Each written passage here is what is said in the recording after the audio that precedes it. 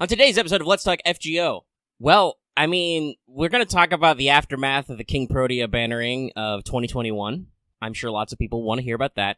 But also, we've got 23 million downloads. We've got other things potentially coming out of JP. Will we be scooped this Sunday? Probably. Of course. They'll do it. And they got Rumi Okobo on there. They'll say something that'll heck us right up. But I'll resume after a brief technical pause and say, just finish out the outro by reminding everybody on the back half, we also have both Fanservant Friday and Teaching Omega Sensei today. I actually wrote like 3 pages about the founding families. It's pretty cool. Tune in. So I am one of your hosts, and I definitely exist, Omega. With me as always, he probably exists, but you can never be sure. It's Lucky. Yeah, everyone, I hope you're enjoying Fate Grand Order, containing your cutest kaiju. And while we here at Studio Omega like to bring you the latest in FGO-related news and memes, we will be talking about current and future events for the JP and EM version of the game. So anyone not wanting spoilers should not look at their bank account. Yeah, that's going to be a recurring theme today. So if it feels like I stopped my sentence and shifted gears halfway through, I did in fact. I realized my audio setup wasn't correct because I am very asleep today. I think I talked about this with Lucky before we started mics rolling. I overslept a lot, so I'm very groggy today. But I ate some Pocky just before the show started, so hopefully I'll be goo. Lucky's eating chocolate Pocky right now. I don't know if you guys can hear it.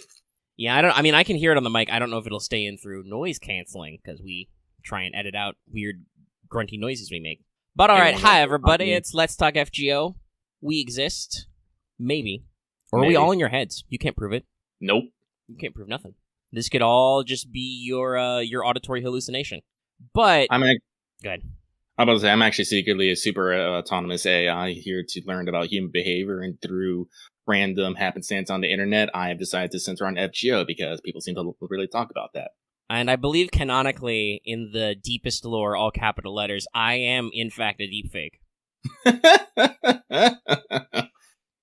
Alright, okay, we did the intro. We've lost 50% of the audience. Not true, actually. I think we get a decent return. I have to check the analytics. I haven't looked in a while. But, hi, it's Let's Talk FGO, and we're gonna move right on in to check in with everybody's favorite Kohai, because I can say fuck now. It's been like a minute. Aren't you gonna do the Patreon read, though? Oh, yeah, I should do that first, shouldn't I? I got my slots up. Like I said, I'm sleepy. He's sleepy. I was figuring we'd power on right through, but you're right. We should do that first, and then I should go back to MASH, who everybody heard there. I can still say fuck, though. Yes, you can. Because we're like 3 minutes in. This is going to be one of them shows, guys. Yes, it is. Lucky hasn't even brought up the fact that he talked about before the show when he clonked his bottle of vodka down on the table either. So just to let you in on that fact. But big fucking shout out to our patrons like Adam DeHarp, Ahagger Comics, Architect 10, Blacklist G, Carlos Qua, Ferris, Jeremy Vasquez, Jonathan Sandoval, Kylie Denton, Legendary Boss Hunter, Liam Kessler, Regent Raptor, Rogue Robin, Shawnee P, Some Guy Named Bob, Sodason 0424, Saturn 23, and Zach Reed. And if you like what we do want to see more, consider supporting Patreon. Gesundheit. You can get access to this episode early and lots of other goodies, and it really helps us out. And we appreciate your support for putting up with us when we're like this. Thank you very much. All right. Okay, so now... Actually, you know what? This show's so disorganized, and also Robin has to timecode this. No, I already played like the first 5 seconds of MASH's intro. I'm not even going to do it again. Fuck it. Fuck it. Well, and I say this also because I don't really have a pro tip. I explicitly pointed out, I don't have a pro tip for this week. I just want to wish everyone luck finishing up CCC. It is a bitch and a half of an event. I don't know if I actually had this much trouble the first time around.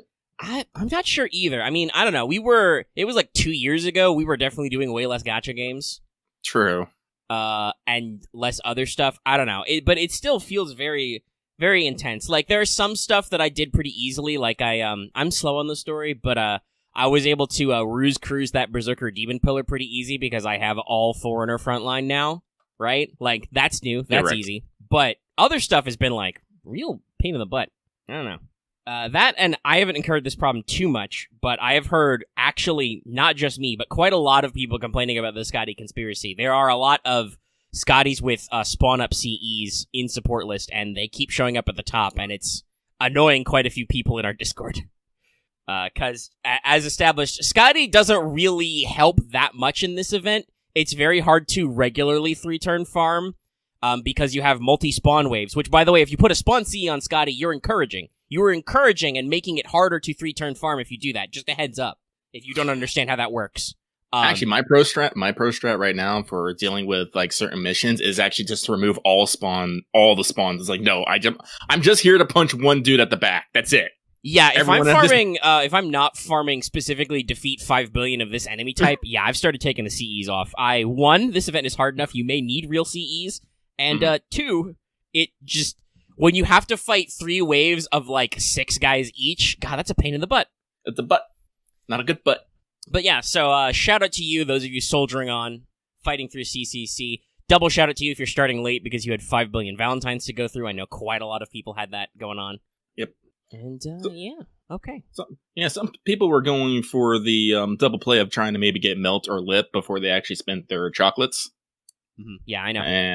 And for some of them it worked. For some of them it didn't. There's a lot of that this week. All right, let's go to Records from the Throne, our regular achievement topic. Oh, that's all me. Yeah, you just go. Go for it. So, I am quite happy to announce, read as secretly sad, that I was able to get me a NP2 King Protea during her banner. Also, you might have heard Lucky complaining about this at some points, but he also got double SSRs in one pool. Both the rate up, and it was great. They were back to back. There was a much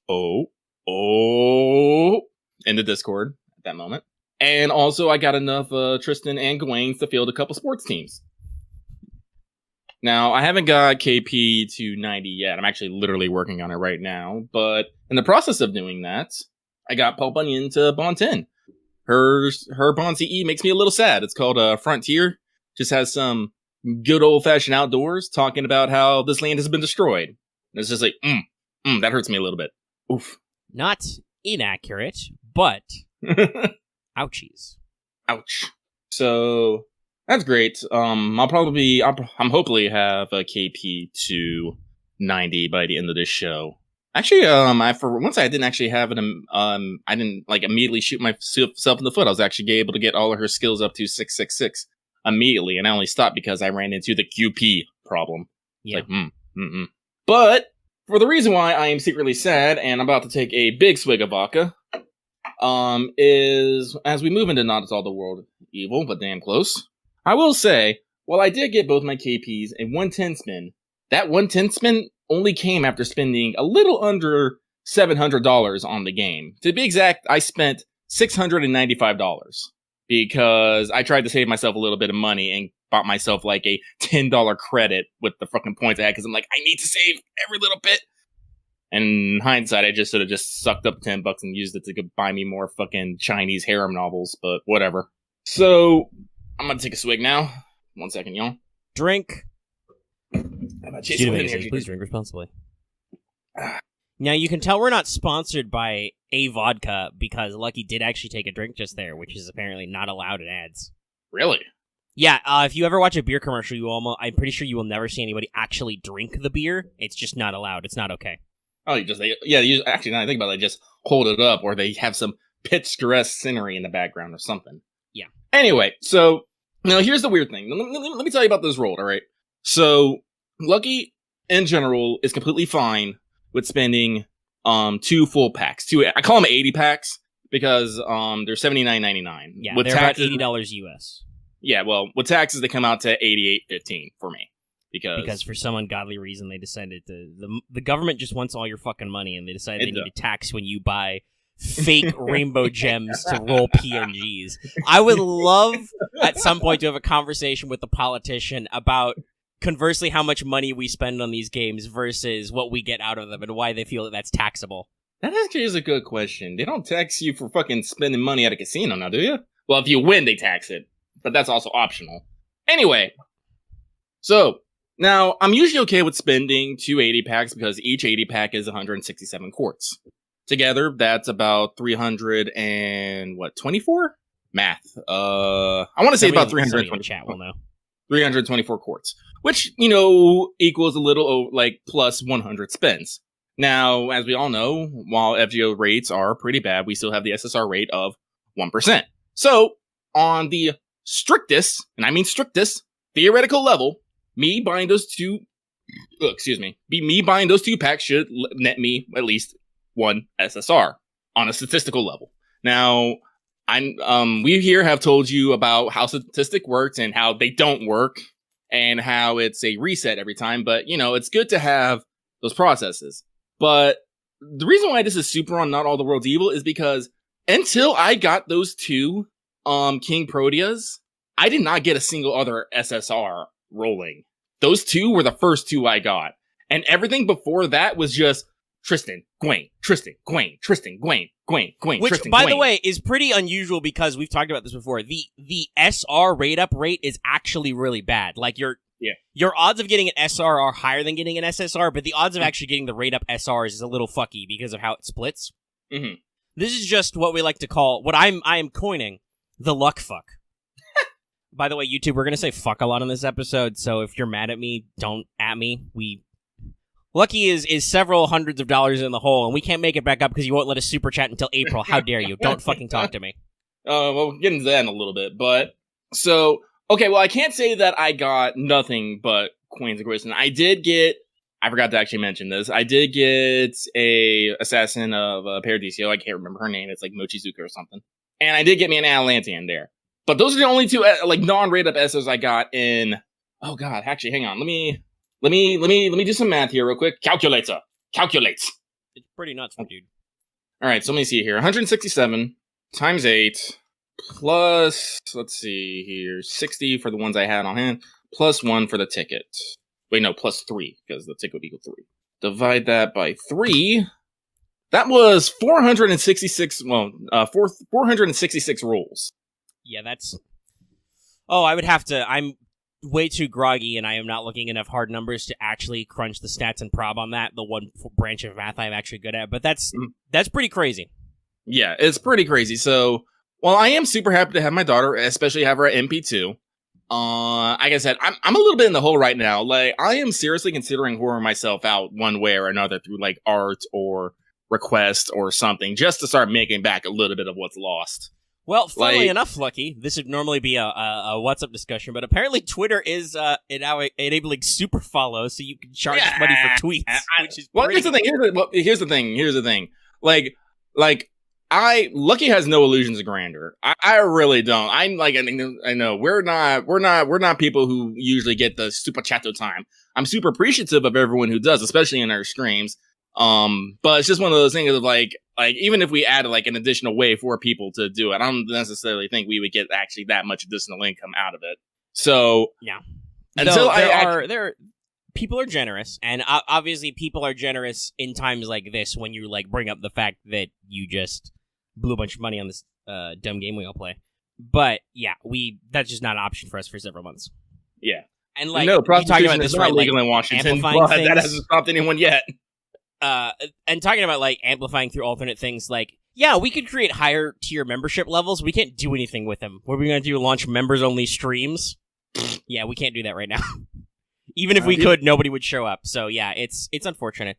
Though I was checking on Teespring, because I joked about starting a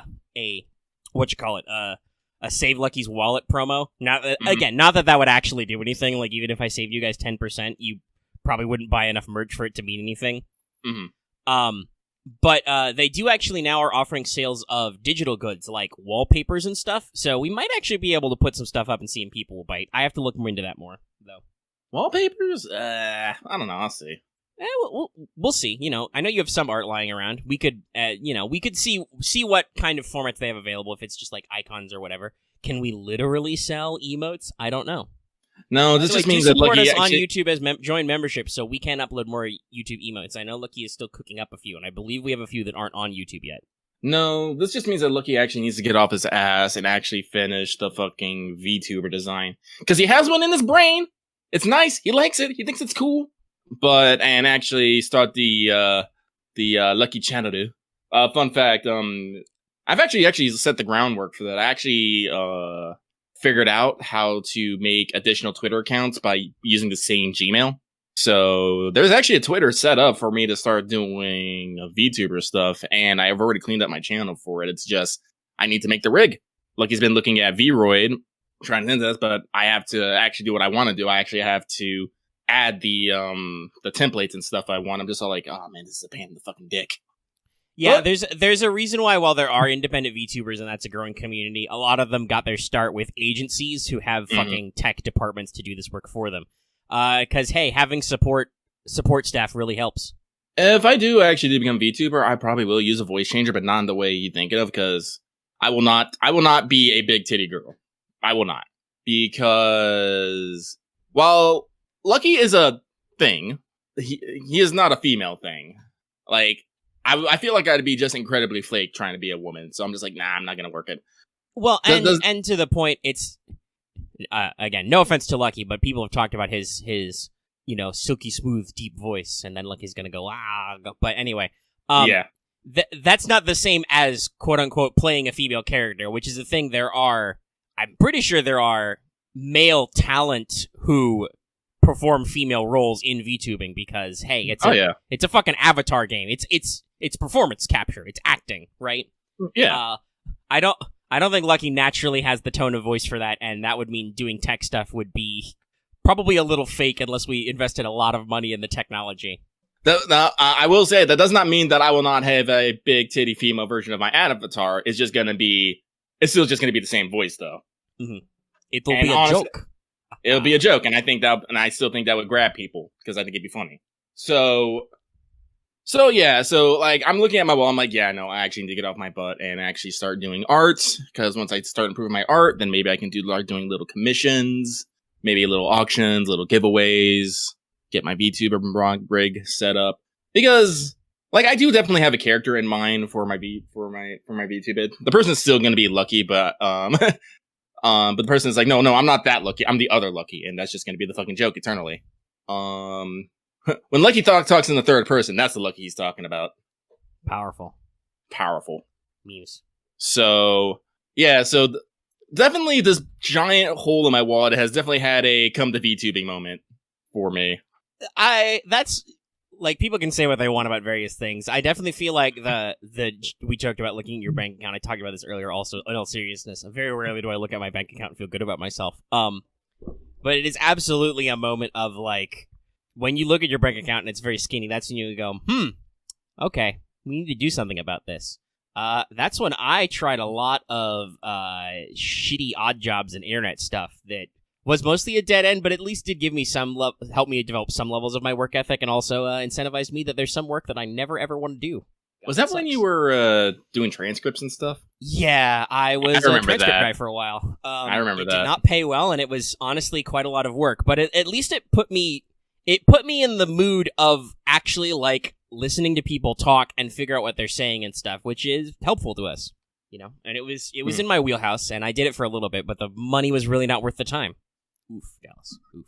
Look, he's drinking more vodka. We're gonna have a fun mailbag later, y'all. I'm just telling you right now. Yeah, especially because we're 20 minutes into the episode right now. Mm-hmm. All right, so before we move on, I expect that people are going to ask this, so I do want to bring this up. You may have noticed there's nothing for me here at all. I didn't even bother. I was thinking about this because I was obviously there, not really riding shotgun, but we were all in the Discord that night because it was very surprising. We'll talk more about the details of the banner later. But we were all in there as Lucky suffered and then got redemption, kind of.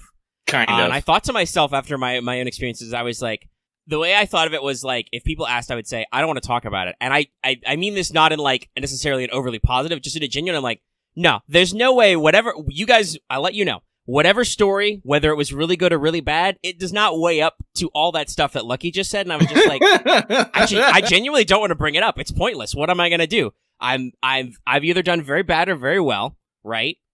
Because that's, there's not really a middle ground with the way this works. Oh, by the way, shout out to Dallas, who got fucking 2 Proteas and what was it, 210 quarts?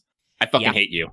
Oh, well, it was worse. I thought Dallas was going to get fucking kicked from the server for a little bit because he did a dumb thing and changed his name to, like, Hazagao, and I was like, all right, Dallas, that's not okay.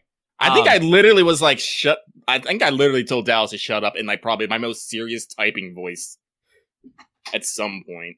I was not happy. But yeah, so I think I changed that to has no tact for like 5 minutes, then you got your double roll, and then I changed his nickname to his current one, which he kept because he likes it. Now he's Gallus Gauss.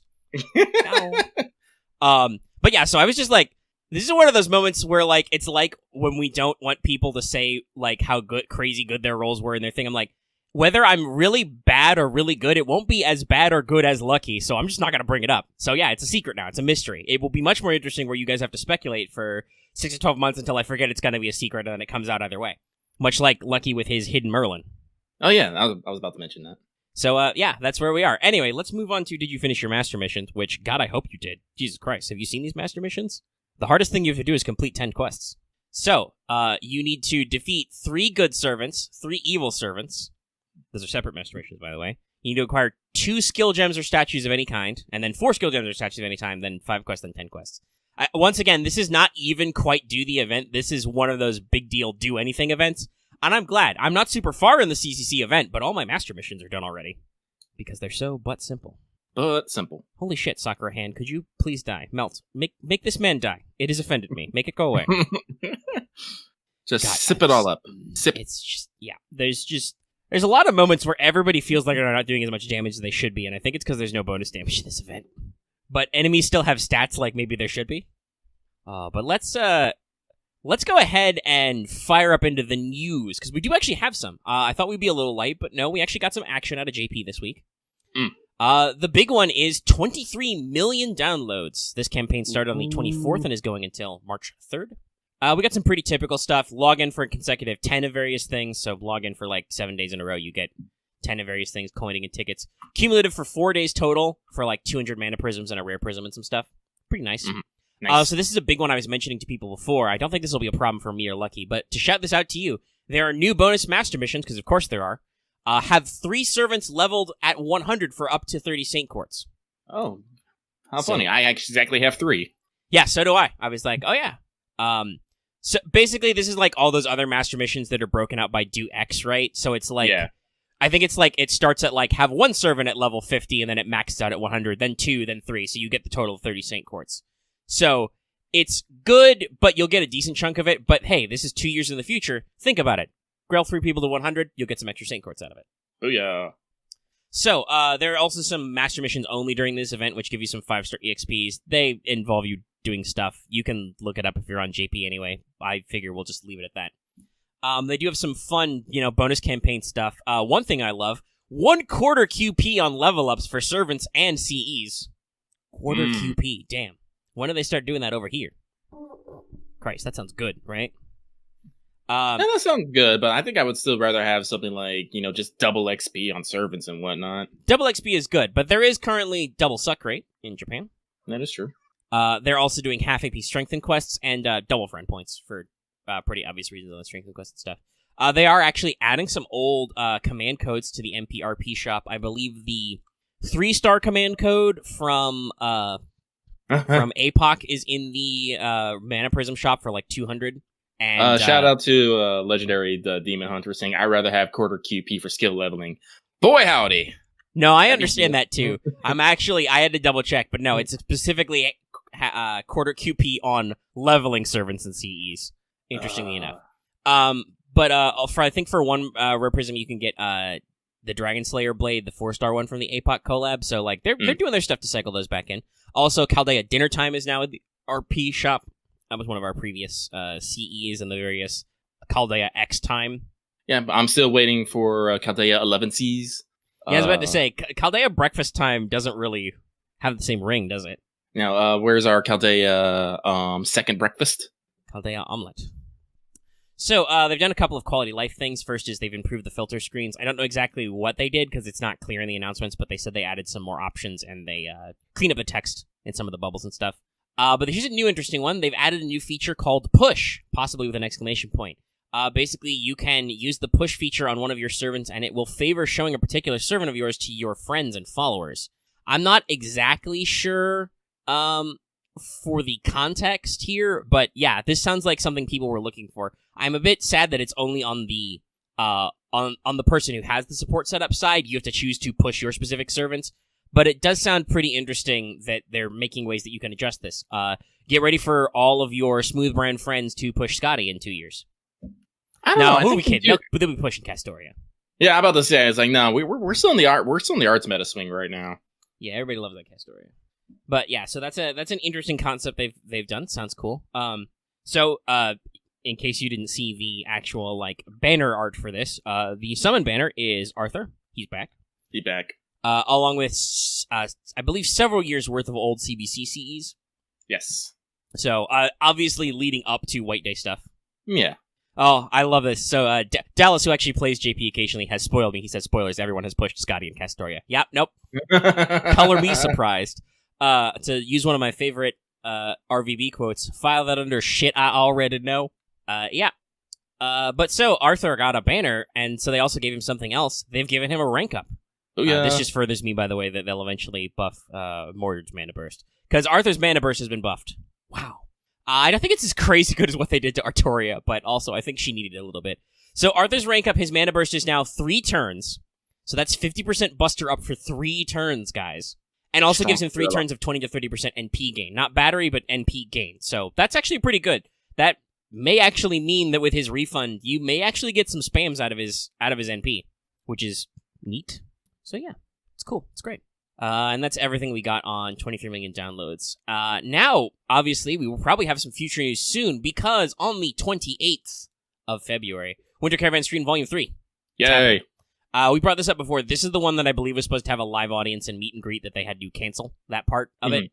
Mm-hmm. I assume they're just going to show up on that same weird stage thing and do all the same dumb line games that take 5 hours. Yeah, no, but around this time, I'm expecting either going to be announcing a new event, or they're definitely going to be, or they're just going to be talking about whatever the heck they're doing for White Day. Yeah, and there will still be like 20 minutes of FGO staff talk time beforehand, so yeah, there'll hopefully be some new actual news. Guests for this stream include Rumi Okubo, your boy Nobunaga, and Matsuda Toshiki, the VA of Mandricardo. I assume because they've been doing voiced bits with Abigail and Mandricardo as like their little ongoing quote-unquote story of the Winter Caravan thing. Mm-hmm.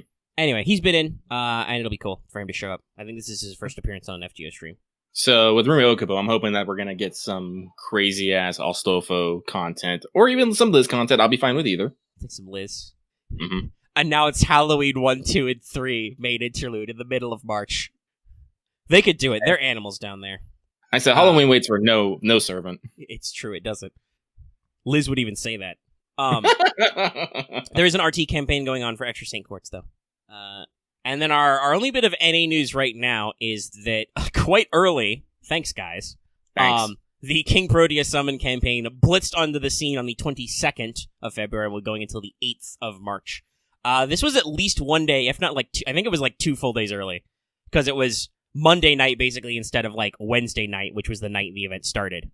Mm-hmm. So, yeah, I had to very quickly push out my wanted that I made very rapidly. Very rapidly. Yeah, I was quite surprised. Well, this is relevant to the other stuff I'm about to talk about, but I even told patrons that afternoon, I was like, hey, I made sure to get it done with plenty of time to get up for you. And then like 5 hours later it launched, and I'm like, are you fucking kidding me? Really? Fuck. Yep. And it happened. So what I want to bring out at Wanted is, obviously it exists. Some people have watched it. It's doing all rightish for Wanteds. I don't know whether it's like search engine optimization or something or whatever, but definitely we've been getting less spicy Wanteds. That might just be meta, though. I don't know. We'll see when we do Arjuna Altar, because that's a big meta thing that people are looking for. Like, if it really pops. Mm. But I do want to bring this up. Somebody did leave a quite lengthy comment talking about this Wanted in particular and Wanted in general, and I'm not going to read, like, all what they said. I'm too sleepy, and it's very, very long. It's a lot of stuff. But I did want to acknowledge that I did, in fact, read it. And I agree with some of the stuff they said. I'm thinking about it afterward. Like, if you're out there and you think that the KP Wanted was kind of shot from the hip, I would agree with you. I definitely came into that a little rusty because it had been like a full-blown month since I did a Wanted, because Lucky took Murasaki. And I was definitely coming in this kind of unfocused because I was like, oh, she's just an original character. It'll be really easy. We'll breeze through. This will be short. It's not short. It's 30 minutes. Most of which I think is me talking about how cool her mechanics are, but probably too long. So, yeah. Like, thinking about it now, especially after reading that long comment, I'm like, nah, you're right. This was not as tight as it could have been. I should have maybe taken it a little bit more seriously, but also, just the way, like, our schedules are and stuff were with the event, the fact that they moved it up a couple of days, unfortunately, means that I really didn't have time to try and do it better. Like, even if I had sat down and done a little bit harder work on that one specifically, it would have been like, oh shit, I have to finish the video now so it can go up right now, right? Like, I literally, but in case you guys didn't know, literally finished it that afternoon, the afternoon before the banner went up. I thought I had a couple days free time. I did not. Okay. So I say this not so much to excuse, but to admit fault. Like, nah, it wasn't, I don't think it was the best now that it's out. It could have been better. Mm-hmm. And it's interesting, a couple of the things this person brought up in this comment was like, when I'm normally doing the wanted, I do actually, like, they said, oh, you should record in different audio segments. Actually, I usually do. I didn't do that in this case because I thought it was going to be a shorter one continuous take, and then I went on for 30 minutes. I know, like I said. And some other stuff. Similarly for, like, I talked about, like, maybe scripting a little bit more. I'm not averse to that. Though I know, Lucky, that you said you didn't necessarily like what you'd done with you reading your script. Well, yeah, no, I actually did some research. It's like, no, when you write a script, yes, you're supposed to have it in front of you, but you're supposed to actually memorize your script and only have it in front of you as a reference. Honestly, for me, sorry to cut you off there. Go ahead. Actually, go for it. I'll finish my. No, okay. I was just gonna say, for me, it's a little bit easier when I do loose bullet points and then I interconnect them naturally, than to literally read from the script. But yeah, you were saying. But yeah, so I realized my problem was to sound more natural, especially with writing a script, you need to actually memorize it and then just speak it from memory instead of trying to match your eyes to the paper to your mouth. And that's a lesson I took from doing Murasaki. Actually, let me check. How's Murasaki doing? Let's see here. It's all right for a wanted of current year, I believe. It's not a big breakout, but people watched it and did like it at least. Yeah, let's see. 866 views. This is the thing that surprised me. He has 113 likes. Yeah, people turned out for the likes. So the thing, obviously, with that is, again, that takes a little bit more time. It takes a little more build up. Which, again, I just didn't have for KP the way, like, scheduling worked. We've got, hopefully, more like a month, but definitely at least 2 weeks before Kama. And I believe I may have thought about this earlier. Like you said, you didn't want to do Kama because she's so close, right? Yeah, and like I said, I feel like research would bring me into spoilers, so... Yeah, so I will handle that one, and I'll try and tighten that up a little. And, no, like I said, some of this stuff resonated with me, and I'm like, no, I think I will. I'll take a little bit more time. I'll get ahead of this one a little bit, and I'll try and make it a tighter focused.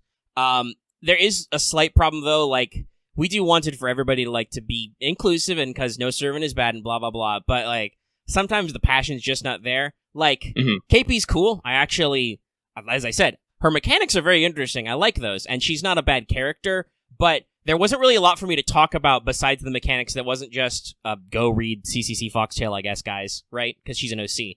So, that's a hard video to, like, approach and do your notes on, whereas I know you felt like you didn't have necessarily the best time reading your script, Lucky, but from proofreading your script, like, the actual writing, I think, was very good and definitely had me thinking about ways to tighten up my own writing. Because clearly you had a lot of passion about the subject, which is probably why you got so many likes. People know you were really into it. Neither of us, actually, can summon up that much enthusiasm for literally every servant that comes out, not even every 5-star. So, there will probably be some that are not super spicy, and I'll admit, Kama's cool. I'm not as jazzed about her as some people are, but Go ahead. Oh no! You finish your thought. I'll hold on my thought. I won't lose it. Well, Lucky's next line was he is super jazzed, but no. I mean, I really like Redrop's work, but I'll try and do better at tightening that up. And because Kama is referencing an actual mythological character, there'll be some better stuff to pull my notes together and actually like collate something that's a little more directed than the last Wanted was. And there's some stuff though that's probably never going to change. So what I was going to say is, for me to do something like Kama, because Kama has direct story implications for OQ, like I said, I can't escape all spoilers, but at the same time, I feel like it's something that's probably intrinsic to her particular lore here in FGO. I don't want to necessarily tackle it. Now, I do know that some people make the review videos after, like weeks after, events come out and whatnot. And I've considering that, but I think like the strength of the Wanted is usually getting it out like relevant to the event before the event so people can check on it then rather than a couple weeks later. But cause here's the thing, the next one I personally want to do is Mal Nobunaga, because it's motherfucking Nobunaga, y'all. Fucking, one of the prime figures of the Sengoku era. Like, you can't. It's honestly kind of hard to get bigger than fucking Nobunaga, especially in Japan. Yeah, and I think much like how there's different ascensions for Kama, right? There's a lot to work with the Mao Nobu, like as the 5-star version of her. So there's a lot of interesting factoids you could pull in. Oh yeah, no, like starting all the way, like literally you can start all the way from the Fool of Awari, like his fucking Kabukimono days, where he was literally a delinquent. He was literally a delinquent thug until he went to the military. It was great, but it's one of those things of like, because I need your guys' input on this, specifically. It's like, would you rather want a Wanted to come out immediately on time, like when the event drops or just before the event drops? Or would you be okay to maybe have it come out maybe a week or two after the event or even during the event? Because unfortunately, the way my work ethic is, I need pressure. I need something to pressure me. If I'm not pressured, I don't work. I hate it about myself. It's one of those things that I'm taking a drink for. Right now, it's like, God damn it, Lucky, your work ethic sucks. Take a drink with me, people.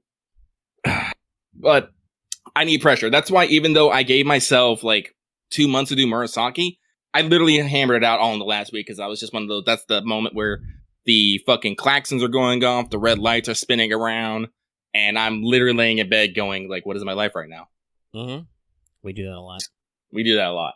So I want you guys to tell us, me specifically, because when is good? It'll probably be moved up, but it should be June-ish, I think. June-ish. Yeah. So I should probably start thinking about it now then. At least figuring out what your time zone is to strike. Yeah. But like, do you like, because like I said, like with Murasaki, I actually had a lot more planned. I was going to pull up some historical photos, maybe throw on some maps, do some gags, all that stuff, all this, video editor. I got pressed for time and I was like, fuck it, I'm just going to put in the fucking summon background I have, which I think is really cool personally. Oh yeah, no, like your graphic packages are pretty good. Also, by the way, that's not related to this story, but FGO did release some quote unquote free background assets. They're JPEGs, but they exist, so Animals. I downloaded all of them. Yeah, same. Because they gave us free in-game assets, but it was very funny when you pulled this up and you were like, animals, they're JPEGs. And I was like, oh, are they? And I pulled them up and like, you are correct, these are not PNGs. But, so, like I said, once that pressure hits for me to handle, I work a lot better and a lot faster. And I can do more graphic things. Because, like I said, out of the two of us, I am definitely the person who will do more experimental, wild things and just be all like, I'm just like, I'm going to learn an entirely new system of doing things just because I want to see if it works once. And then I'll, toss it away if, I didn't like this. And I'll go learn something else. Yeah, I think we've talked about this before. I'm more of a gradual fine-tuning. Thanks to your feedback, I have included new information. Wanted people talked to me a long time about, hey, you should talk about what CEs are good, or you should add, the skill and ascension stuff. And I'm like, oh, okay, let's throw that in there. I gradually fiddle with my dials and knobs after my first attempt and see what people like. I need that fucking gif of the guy pushing all the buttons and just smacking them with everything eventually with his face, because that's Lucky. That is Lucky, trying new things out. I will download programs, free trials. God, I've been messing with voice changers, art programs, I said V-Roid, all that stuff. I'm like, I'm just gonna fiddle with stuff. I like fiddling with stuff. Unfortunately, this makes me kind of a jack of all trades, master of none. Yeah, I don't actually, thinking about it, I don't think I like to fiddle too much. When I get something new, I like to have a vague idea of what I'm doing. Mm-mm. And if I want to do something, I go out and look for, hey, what do people recommend for doing this thing? Oh, it's this thing? Okay. Yeah. Actually, hang on. Let me see if I can. Let me just see if button pushing is a. Will this get it to me? Will not. Damn it. Oh well. Rip. What happens if I put in push all the buttons? There's probably something for that. But yeah, so, like I said, and also another thing, obviously, if you were one of the several people who were, left me comments that were like, great vid, buddy, give thumbs up. That's fine too. I do think that people though should be, ready and willing to offer constructive criticism when they can, because if we do get nothing but good job, that's just, that can get a little can drive you to complacency, Okay, so this isn't the GIF I was looking for, but I'm gonna post it because it still makes me laugh. Yeah. Axe, I believe, found maybe the one you were. Oh yeah, no, that's the one I was talking about. It's not posting. Yeah, we're having a brief lull in the Discord. Whatever. It sometimes gets like that. So yeah, like I said, I will try to tighten up the stuff and do some things and, get a little bit better about my focus, collect my notes. There are some stuff that's never going to change. Like one of the things I brought up was you should have you should fully know all your notes beforehand and not have to double check anything. I'm like, oh, you don't understand how Omega works, guys. I've been doing this for 2 years. If I have not, even if I'm literally looking at something, right? I've just looked at the information. It's literally fresh in my mind. If I look away for a second and think a different thought, I may in my mind not remember for sure what I read just now and have to be like, let me double check. Like, that's just how I am. I like to double check and be sure before I say stuff. Because occasionally talking like you know what the fuck is going on bites you in the ass. And honestly, I feel way more annoyed and self-conscious when people drop the actually on you than when somebody's like, hey, Omega, you had to double check your notes. I'm just like, that's just me. I don't think that's going to be fixed. I'm nearly 30 years old. That's not going to go anywhere. What does it say? Measure twice, cut once? Yeah, no. That's very much in my, that's like how my dad does stuff. That's definitely how I feel about doing stuff. That's just one of those things that's how I am. Same with sometimes people talk about how I've had to deal with this before with other reviews where people comment about how sometimes I move my face in front of my microphone. Y'all can't see it, and you probably never will just because I don't feel like that's another thing. I'm not going to feel like I want to have to shave before I record every video. So you'd either have to, and I don't know if I could deal with being a mountain man all the time. But I can get pretty expressive even when I'm casually reading script notes, which means sometimes I move my head to talk to the invisible camera. I'm using a mic arm. It's very high quality, but that sometimes means that my audio space gets a little weird. Mm-hmm. I'm not going to throw out a take that is like 90% good just because I accidentally moved my head to the right a little bit. Okay? If we were to I think eventually maybe for this show, well, yeah, eventually we'd love to be in a studio with like a big leather couch and some tables. We would shoot some video for that is just us talking so you could see, but that's a future us problem. Mm-hmm. That said, my last thought about the wanted thing, and feel free to give your other feedback about stuff, like let Lucky know about the timing thing. Usually I try to get them out like right before the banner drops because I think that's when the search engine optimization is at its peak. That's when new people are looking for the video, right, and anticipating it. Mm-hmm. But if you guys are willing to wait, we can also, we can still work with you. My last thing though is to the person who wrote that comment, buddy, pal, friendo, baby, chief, boobala. In future, this is not just an Omega thing. This is just a general thing. Do not preface your criticism with, "Don't take this the wrong way, but I bet you will." That's not really a good look for any conversation. And I gotta be real, I almost skipped the entire comment because it started that way. The only reason why I read it was because I clicked the read more and was like, oh gosh, gee, holy shit, there's a lot here, hold on. Maybe I should read this to see if there's some actual... My opinion was maybe I should read this to see if there's some actual substance to this comment. There was actually quite a bit of substance, but I was not in the best frame of mind by your opener, so consider your approach a little before. Otherwise, I appreciate the comment in general as a concept, but that was a part that was like, woo, that's... Coming on there strong, Chief. Yeah, that's a rough opener. Openers are everything. Yeah. By the way, did not finish it, but Tomo made it to Blonde 10. Slowly but surely. I will have... Actually, when is the next Tomo Lancer raid up? Ooh, I don't know. It'll be millions of downloads if that hasn't already passed. There'll be some. They like to slip those summers in when you're not looking. Yeah, because now that I'm thinking about it, Tomo Lancer is the last NP5 I need to get to complete my perfect Tomo collection. But okay, that's all our news and stuff. No, it was not Axe. Don't add Axe. Fuck. No. Axe didn't write the comment. Like I said, I'm not gonna like name any names because I did talk a little bit of shit at the end there. But like like I said, I'm not gonna read the whole comment. It's very long. But if you can find it, it's the really fucking long comment in Wanted KP. Like it's not hard. That's this is one of those actually punching down moments where I'm not like I don't really want to like shame this person verbally, but they know who they are. And like I said, I read the comment. It was all right. Just that the starter was a little harsh and almost, much like certain mailbag questions, almost got it eated. But no, it was an actual thing.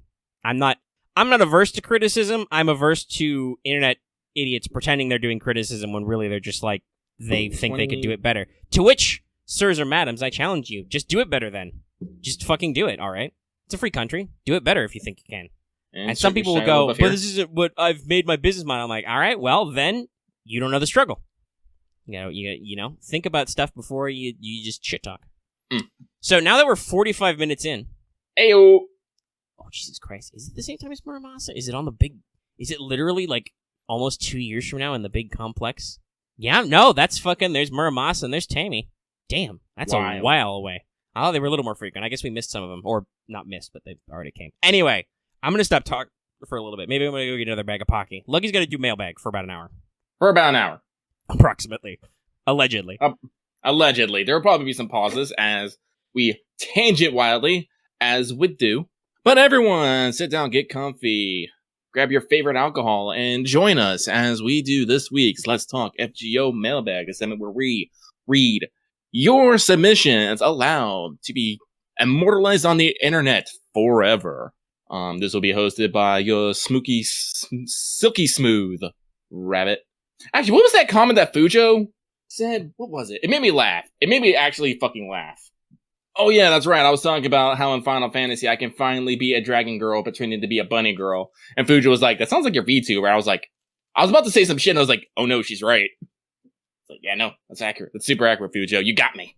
Anyway, so this is a segment where we're going to read aloud what you write, and then we will, what's the word? Comment. Respond accordingly. That's better. I need to play more Control so I can get more frickin' buzzwords and... Lucky's been playing Control like almost all day, by the way. We're gonna have thoughts about that tomorrow. Yeah, I'm telling you right now, I'm probably gonna be a bit more negative than Omega is, because Omega sounds like he's been having a blast. Oh, well, I don't know about that yet, Lucky. I had a chance to play the game a little bit more. Spoilers, guys. I think it sounds like, based on my what Lucky said about it previously, I think both our problems were with the gameplay of that game, not everything else. Yeah. Well, okay, then we'll have thoughts for you tomorrow on that, so tune in. Oh man, I really wish I could figure a way to stream my PS4 natively to my damn PC so I could record it. But that's problems for future Lucky. Present Lucky needs to do Mailbag. So, unfortunately, I wasn't sure or not if we were going to have enough stuff for a full Mailbag, but it turns out we're not. We actually had a lot of stuff, so we're only going to have 1 hour. But it seems like we didn't get as many as we did normally. We only have 27 entries this week. Lucky neither is jubilant nor complains about this. Mailbag is Mailbag. Trust me, we're still probably going to take up the full hour and then some. Yeah, we will. Yeah, we will. So, at some point, if we get a short mailbag, we should challenge ourselves to finish before our hour is up, but I bet we won't. Probably won't. All right, so I'm going to eat this Pocky. I'm going to drink some vodka. Whoa, I should subtitle this episode Pocky and Vodka. Hey, girl, you want to our new cover band name, Pocky and Vodka? We're exclusively do J-pop covers. Some people did... I don't know why Pox keeps wanting me to sing. I'm like, no, Pox, I don't sing. And then Pox is all like, but I remember when you sang that Christmas carol, and I'm so like, why does this still exist, Pog? Oh, God. Anyway, Tonikaku, Tariaizu, the timer starts. Meow. And this first one comes from Secret Casino King Bun Bun, who says, hope you're doing well. Listen, Bun Bun, my dude, I just spent $400. I'm drowning in Valka right now. This chocolate Pocky is delicious. And I'm about to throw my controller at the screen for fucking control. It's not the best week. Oh yeah, I've also missed 4 days of work because I got to fucking stomach something like Tuesday, and I've been dying slowly ever since. It's one of the reasons why I'm drinking vodka, because I have just reached a state of, I don't give a fuck anymore. I hope that came across. That was me slamming my vodka bottle. Oh yeah, that resonated. I'll try and make sure that stays in the final audio. So to answer your question, or your statement, since you didn't put a question mark on it, it's Friday.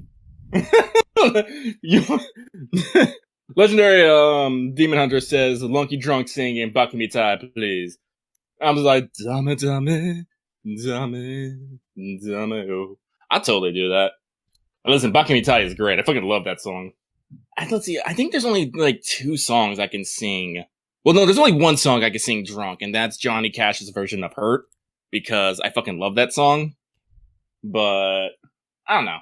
I like Johnny Cash's crooning voice, just like, I hurt myself today to see if I still feel. I love that song. But I'm not here to sing Johnny Cash. No, it's a future thing. It's a future thing. But anyway, thank you very much. I hope you're doing well yourself. Please don't be like Lucky and be responsible with your money, alcohol, women, and all those other things. We move on. This next one comes from The Eternal Storm, who says, question, hey guys, I've been noticing a trend that specific classes of servants will be featured, meaning more servants of their class are added during the year. What I want to ask is, what class or classes do you think will be featured in JP for this year? I mean, that does definitely seem like a thing where FGO will try and fill in blanks in the roster. Like, there were quite a few sabers last year, broadening out some of the archetypes they had, including a permanent single target saber for the first time ever. Let's see here. Are we necessarily missing Mackin? We don't. Well, special classes I don't know. are I'd special have to crunch class. the numbers on the actual like list of servants and be like, hey, how many permanents do we have versus limiteds, et cetera, et cetera.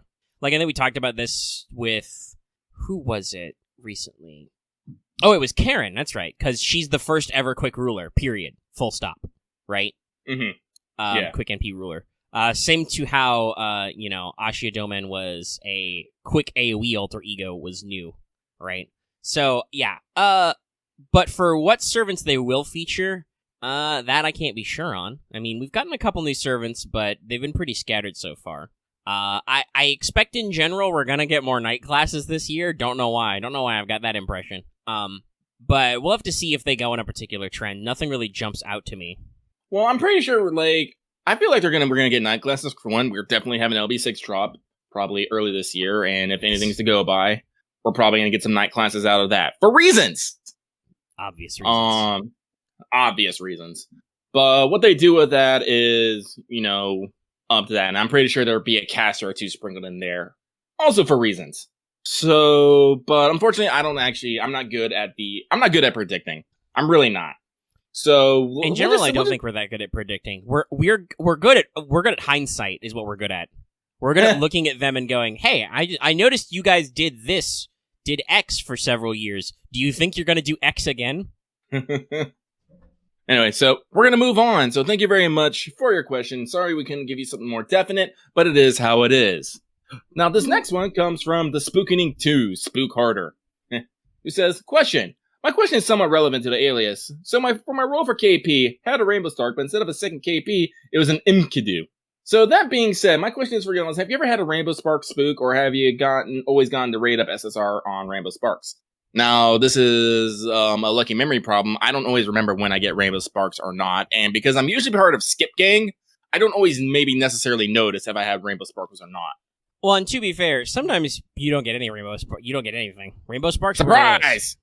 Yeah, you can get. I have done it in the past. You can get an SSR with no sparkles at all. Period. Not even a change. Just a gold card can just show up. Hey, here's your 5-star, bruh. And you're like, okay, all right. Is this allowed? However, because they specifically thrown out an Enkidu, I don't think it was the most recent time this happened. I am, though, reasonably sure that when I was rolling for a Resh, I did get Rainbow Sparks into an Enkidu. Because I got Enkidu before I got a Resh in that campaign. Thanks so much for that, Enkidu. That's okay. He's doing great. He's a godsend to this event. But still, not the coolest move, bro. All right, but that is that. So, thank you very much. We're going to move on. This next one comes from Fuchsia, the rejected Sakura 5 member. Keck. But they say, question, so with CCC running going on, what dialogue has been your favorite so far? Now, this isn't specifically CCC, but King Protea's first Ascension line had me dying. When she's talking about she just wants to come out of the ocean and walk through a city. And you're like, that's like a kaiju. It's like, I'm like a kaiju? Yes, I'm your kaiju. Gow! And I was like, nope. Lucky was just on the floor. He was dead.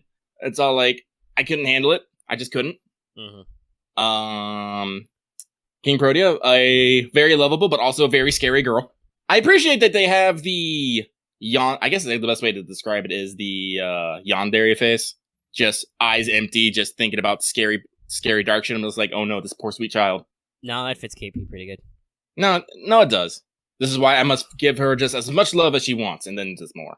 That is my secret. That is actually Lucky's secret superpower. He can just love eternally. You can't stop him. It has caused much relationship problems. Oh boy, man, I'm never gonna live that one down. So while Lucky is talking about that, I've been racking my brain, but I'm way too groggo. I'm like, man, there's a lot of really funny dialogue in CCC specifically, if that's what people are going for. But gosh, it all kind of blurs together. Like Melt's got some great lines. Spicy Melt. This whole event, this is basically Melt's intro to FGO.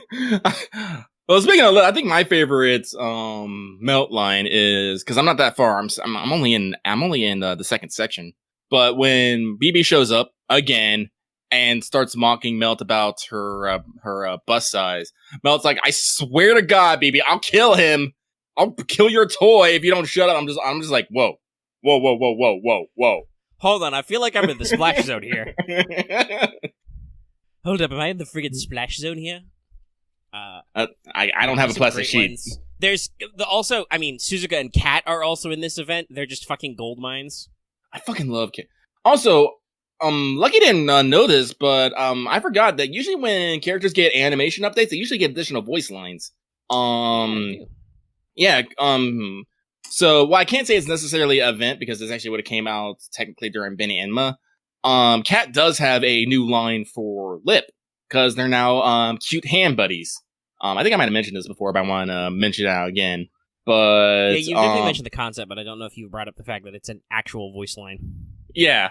So another fun thing that by the way, I didn't even, cause guys, like, listen, you can be mad at me all you want. I don't actually use Cat that much usually, just because I think my Cat is only like NP like 3, and I have Fran at NP 5, guys. So well, even with her rank ups, Cat usually isn't.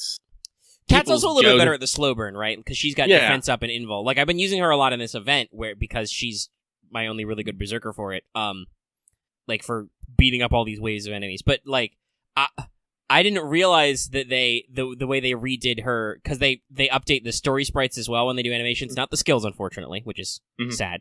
But they updated her animations. So in case you guys don't know, Kat does actually literally take a nap like forever now. If you do her when her stun procs, she actually takes a nap. Like, she lays down on the ground and stays laying down.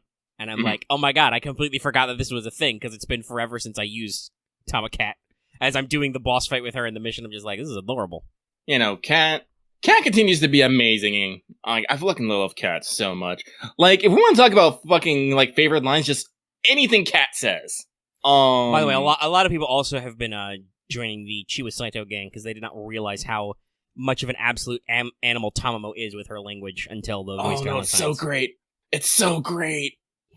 Chiwa Saito's delivery is just so unique of just how she goes from low to high, back down to low, back down to high, and then somehow even goes higher, and you're just all like, calm down, girl. And she's like, no, I must cat. I must fox. And she just goes off into space, and it's like amazing. Alright, let's keep going. Alright, but let's keep going. So. Thank you very much for that. This next one comes from Suna, still learning new things in FGO apparently. Hey, that's how it is, my dude. But they say, hey, Lucky and Omega, how are you both? I hope things are well. Please refer to earlier where I bitched a lot. But they say, no elaborate question for me due to some constant finding in my head. Did you know that you can hold an MP card and it'll give you the MP description and your MP level for it? I had no clue. Donikaku, hope y'all's weekend is fun. I did not know that, but I also do not doubt it. I constantly... yeah, I did it just now. I had Summer BB ready, and she has her phone peek edge. I held it down. Yeah, it shows all the stuff. Cool, neat. Yep. I'm not surprised though, because actually you can actually get a lot of information on stuff just by holding down. Like, if you hold over the enemy icon, it'll usually pop up what status effects they have and description of them. Same with your own servant skills. I'm known for your servants. You can check on their NP at any time by clicking and holding on their profile icon, or maybe it's just click now. It used to be. It's just click. You just tap their hands and you get the details in the status window. I believe when you click and hold now, it jumps to status window. Yeah, they've done some quality of life on that as well. Yeah, and you can usually get all the information right at your fingertips. But I bet that was how you were supposed to check what your NP does back before the back button existed. Because you couldn't if you didn't have the back button. But we do have the back button. It's great. It's great. Guys, hey, spoilers, if you've been playing FGO only recently, we used to not have the back button when you go to command cards. That didn't exist for like 2 years of the game. You mess up, guess what? You had to close FGO and start all over. Soft reset. Soft reset. Anyway. Let's soft reset this conversation and go to the next question. So thank you very much. This next one comes from Cyclone Merkava, Maine. And they say, you have my sincerest sympathies, Luckies. I can't even imagine the pain of pulling 7 Despachios and 6 Gorillas. That's not what sympathy is. Hopefully Atalante's big fluffy white graces your Chaldea soon. Bless. I'm sorry, I'm trying to think. Atalante's big fluffy wife. Is that a joke about King Protea? Is there like a wombo combo there that I don't know? I don't get it. I don't get it. I'm sorry. I don't blame you. There's probably you probably meant something there, but I didn't get it. Lucky blames only himself. Lucky is super gullible and kind of dumb. Things just go over my head. It happens. But and for me, it's 9:30 at night, and like I said, I slept in a lot today.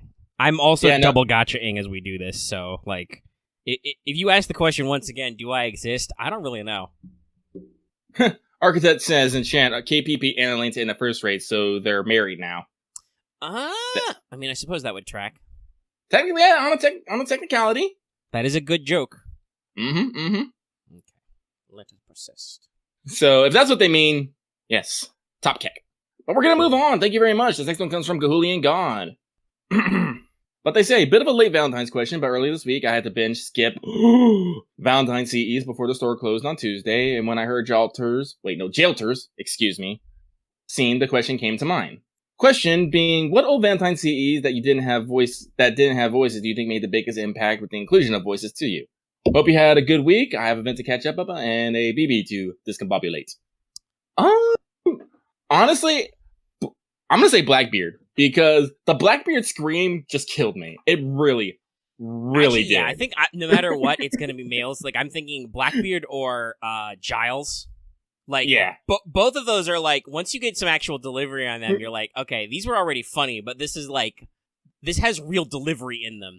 Yeah, no, like, Giles just, like, I don't even know if they actually took a breath during that.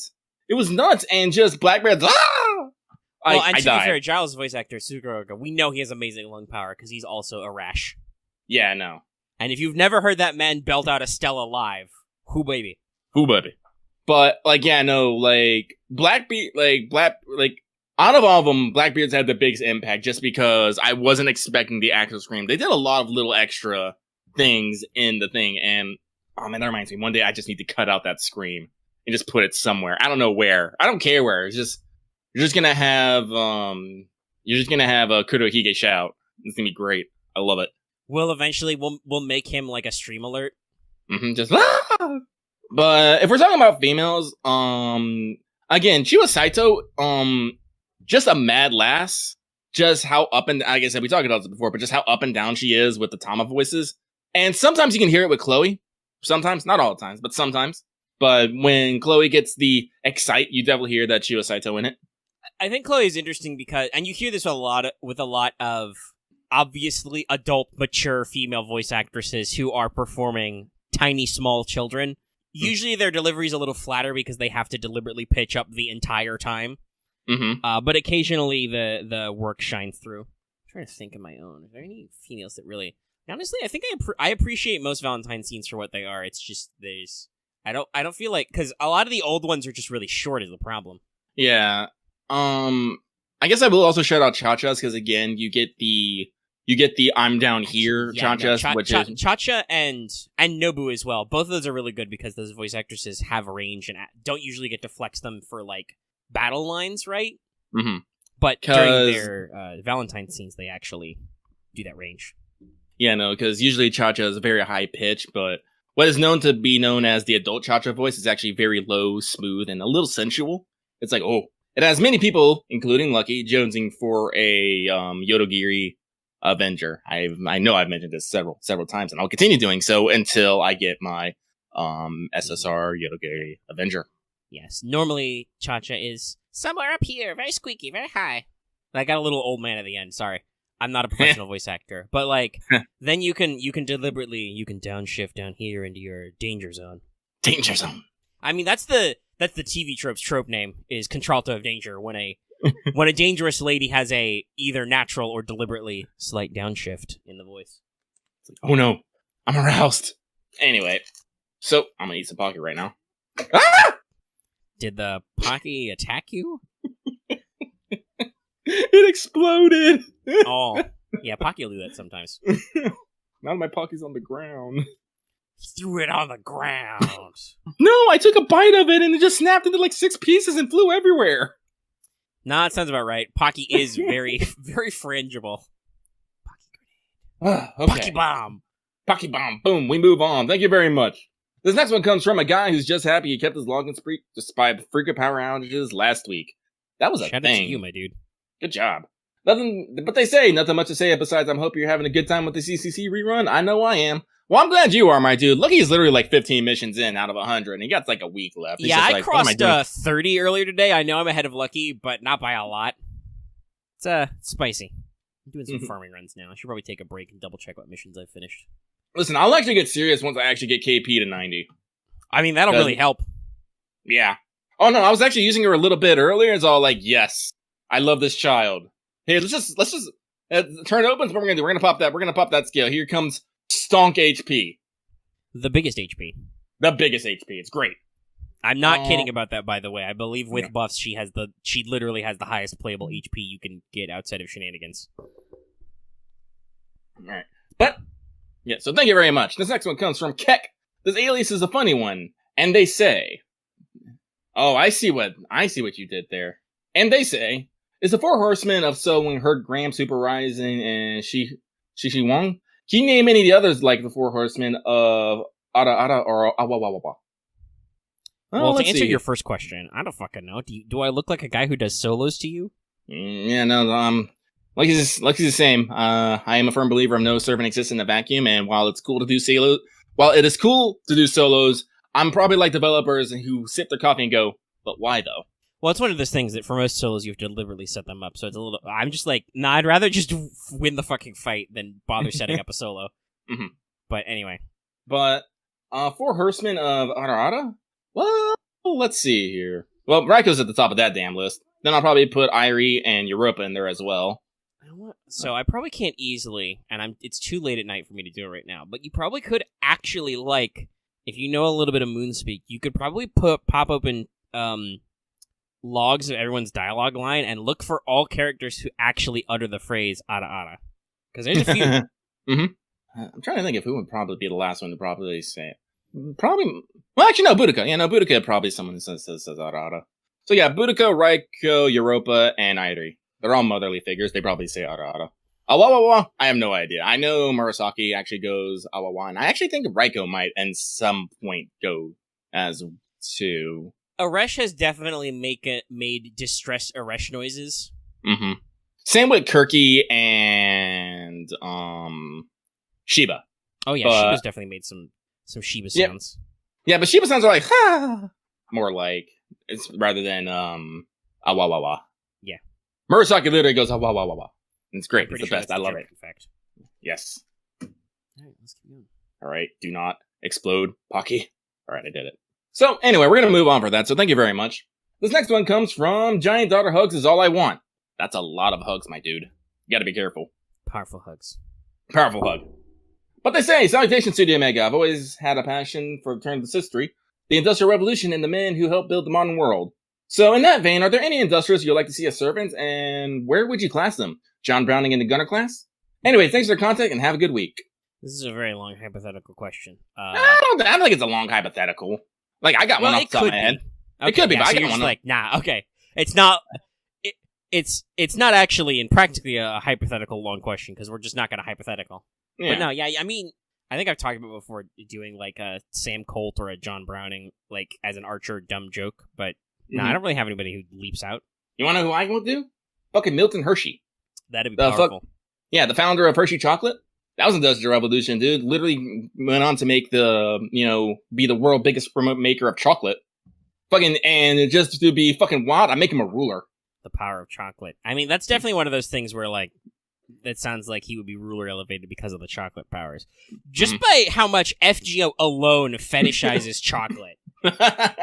Yeah, but no, like, because, fun fact, Lucky was actually watching some TV for once in his goddamn life, and I was watching The Food That Made America, and they did this whole special on chocolate and stuff, and I was like, so people like, Milton Hershey came on, I was like, and I'm just like, yeah, no, that's pretty fucking cool. So yeah, no, actually, he, like I said, he was a big company man, but also philanthropist. Did a lot of good works, helped a lot of people, literally put a town on the map. Yeah. Oh yeah, no, the Reese's one was also, that was the other one I watched too, about how Hershey almost literally made one of his biggest competitors. It was like, no, this is good, this is great, I love it. So that was what? Starvader, I'm pretty sure we were watching it at the same time, because I literally watched the Domino and Pizza Hut one as well. Hold on, is this on Netflix? Can I pick this up? I was watching it on, what was it? Was it History or Discovery? It was one of those. It's on the History Channel. Maybe I can just watch it on there. That's it. For whatever. Yeah, no, it's good. The food that made Americans. By the way, I love these kinds of shows. Like I've watched the shows like Toys That Made Us and Movies That Made Us on Netflix that are very similar veins. Oh yeah, no, I liked it. Like they were talking like about the person who made the fucking Babe Ruth candy bars and how he really wasn't a candy maker. He was just he was a fucking savvy businessman. There's a lot of people like that out there. Yeah, no. Business in. Also, by the way, I want to throw out another shout out as I'm using a very well skill leveled support KP to shout out everybody. Not only does she have Stonks HP, but also you can turn Stonks HP into Stonks NP battery, and it's almost not fair. It's not really. You get like 5 turns of that. I think it's like 5. Like I think so. It's it's 10 to 20% per stack. So if you go the full 10 turns at level 1, it's 100%. If you go the full 10 turns at level 10, it's 200% battery. It's gross. And this is why you get to have that fucking overcharge. Yeah, I think I talked about that when you got, or I was like, oh, not only is that cool for you, but also it's literally really good because KP is a servant who really wants NP2. Yes. Anyway. Yeah, but slight tan. Oh, actually, slight tan. Well, no, I'll talk about that when we talk a little bit about CCC. Yeah, so we'll talk about CCC. So yeah, Milton S. Cersei for ruler. Fucking be the ruler of chocolate. All right. I think that'd be great. Fuck it. So, but we move on. This next one comes from a man who needs a hug. I know this feeling well. Let us say, hey, Lucky Omega, hope you're well and your rules were what you were wanting them to be. No. No KP yet. Camera very hard there. No KP yet, but I'm trying to give in to Wallachun. You have more fortitude and self-restraint than I do, my dude. Anywho, no question this week. Just wanted to thank you guys for the amazing content. Ciao. Well, no, thank you for listening to the content that you think is amazing. So, with that, we move on. This next one comes from the pay-per-view match between King Protea versus Paul Bunny will be starting at 7 p.m. PST on HBO. Damn you, HBO. It could be an interesting match. It'd be a big match anyway. It'd be a big match. But they say, hey, I just wanted to ask this, out of all the skills in the game, which one do you think or know is the most broken, either good or bad? Good luck on the rules. Okay, well, nothing that's bad is broken. That's not how we use that. I mean, unless it, like, literally bricks your game, I guess. I don't know. But, technically, I guess I would say high-speed chanting. Because usually you can just be like, I push this button, I MP now. It's definitely one of the most, just, like, shortcut skills in the game where you're like, how is this okay if you have high-level rapid casting or high-speed divine words, right? Yeah. As, like, for Medea, this, like, I love Medea. I really do. But honestly, her kit would be a lot harder if she's just gonna be like if she couldn't be like IMP now. Yeah. Hello. Yes, I have 120% battery. I am charged. This is legal. Other than that, I think a lot of people yell about hero creation. I don't think it's actually that bad. It does stuff, but it's not crazy.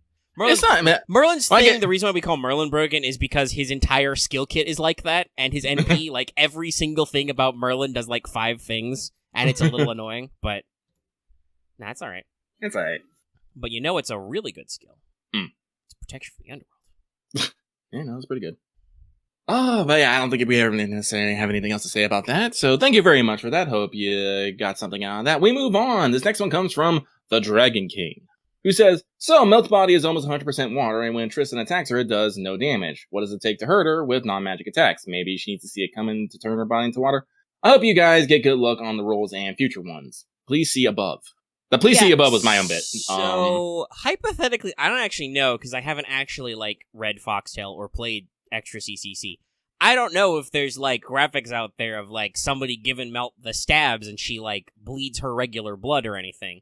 From the way her, especially as Summer Melt, Lambda, is phrased, her ability to become a perfect fluid is, in-game, treated as a hard invul.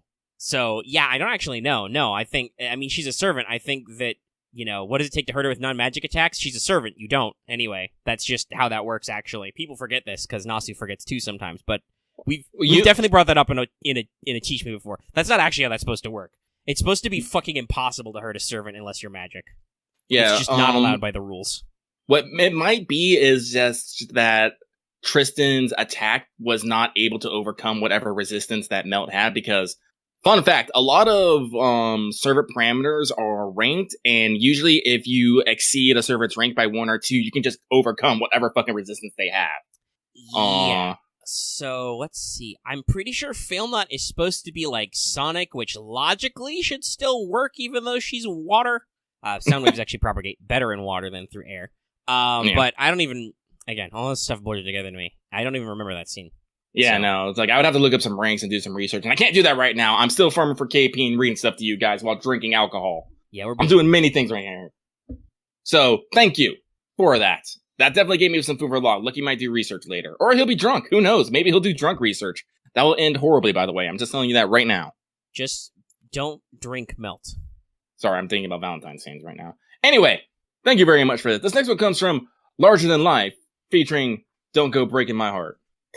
They say, "Hi guys, I may have been listening to way too much Backstreet Boys songs as of lately. Like, I wanted to make a comment about a bunch of their songs in a Let's Talk episode a couple weeks ago, but I didn't want to come off like too much of a nerd. Now, you do you. You do you. Anyways, forgive that rambling. I do have a curious question to ask. If you could take a team of 5 servants with you and MASH to take on the entirety of the Grand Order storyline, part 1 of the game, who would you bring along? Have a nice day/evening, guys." I bring Tamamo, Tamacat, Tamalancer. I'm trying to think of who was actually in part 1. I'm just thinking of the bit from Harvey Birdman. Please take your like your name, age, and occupation, whatever, and it's Lizardman, and Lizardman. I'm just thinking Tamo, and I don't know, Tamo? Yeah. I love me some Tamo. Let me just get some extra Tamanos on that. Yes, I would like one order of Tamamo with extra Tamamo, please, thanks. Like he wants to bring an entire support list of Tamamo, not just a party. Yeah, I don't know. I think he wants more time to think about serious things, but if you're asking me, I'm like, head empty, no thoughts. I just like, I can't right now. I'm sorry. I'm usually better at this when I'm just definitely too sleepy. I'm just like, all I can do is think of the Tamamo, me saying Tamamo 5 times while I counted on my fingers that you couldn't see. Like, that's where I'm at right now, guys. If you want me to sound smart, you're gonna have to wait until I do Teach Me Later, which was something I did earlier in the afternoon. Hang on, I have to some of the types. Look, we want a veritable Tama train. I feel like there should be an image of that somewhere. Anyway, I'm gonna move on. So thank you very much for that. This next one comes from I Have a Dream That Someday I'll Rule MP2 Kama. And they say, "Hey, Lucario Lucky and Orikoro Omega." Why Pokemon again? You see, I wouldn't be so. I don't think I'd mind so much if it wasn't just alliteration. Mind, Lucky loves alliteration, but usually alliteration means you go 3 or 4 words deep. That's the kind of alliteration Lucky likes. But they say, as alluded to by my alias, I can't wait to roll for Kama and be disappointed when I inevitably don't roll for her, or be absolutely ecstatic when I do. It's a 50-50 at this point. So what servant are you most eagerly awaiting this year, since Murasaki's banner has come and gone? Best of luck to your rolls and have a great weekend ahead.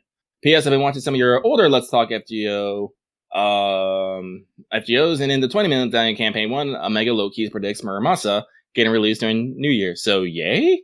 Yay. Yeah, I brought that up earlier. I don't think we're very good at prediction. We're very good at looking at what the Legwork has done for like 5 fucking years and going, I don't know, maybe? I guess that's kind of a bit of reverse engineering there. Anyway, to answer your question though, Kama. Yeah, Lucky's on the Kama train. Choo-choo! And I'm thinking about that Space Ishtar. That Space Ishtar. The Space Ishtar. Let's see here. So, thank you very much for that. This next one comes from CCC Rerun is here, and I am not prepared. Lucky technically was prepared, but he was still not prepared. It's hard to be prepared. But they say, hello, Lucky to Mega. Question, is there a particular class in which your luck is just the worst? I can't seem to get any Berserker regardless of how much money I spend. On the other hand, I'm overwhelmed by assassins. Okay. No, I don't think I necessarily have particular luck in one class. Like, usually there's a couple things that have been dodging me for a while, but I'm usually still replete in other things. Like, I was trying to get Da Vinci for years, and I eventually did got her, but I still got plenty of fucking casters otherwise. Same with MHX Alter. It's all like, I still have not got me one, but I am drowning in Berserkers otherwise. Yeah, that's because you roll so much. I do, yeah. Because I have actually had this problem in the past. Not really right now. I think I'm actually pretty evenly balanced on all the classes. I have, a couple of SSRs and everything, I think, right now. Mm-hmm. Both single and, usually I've got at least one single target and at least one AoE. I think the only one exception to that is probably still Assassin, of which I have, I have 3 single targets and 1 support SSR Assassin, and still no AoE. It's because there's no permanent one, FGO. That's my prediction for this year, by the way. FGO will finally give me a permanent fucking AoE Assassin I can actually roll. Is there? Actually, it's a good question. Guys, I don't remember. It's been 5 years. Is there a permanent AoE Assassin SSR right now? Do they exist? AoE Assassin? Permanent? Yeah.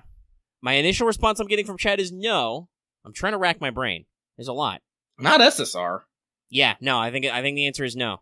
Yep, that's several negatives. Okay, all right, cool. Delay works. You know what you have to do. Anyway. But for a long time, yeah, I straight up had no SSR Berserkers, period. And of course, me being me, it wasn't until I was rolling for fucking Tomoe on the Setsubun banner that I got both Kintoki and Raiko to fill out my roster. Well before I got Tomoe, by the way. It was quite a few 10 spins after those 2 guys showed up that I got the actual servant I was looking for.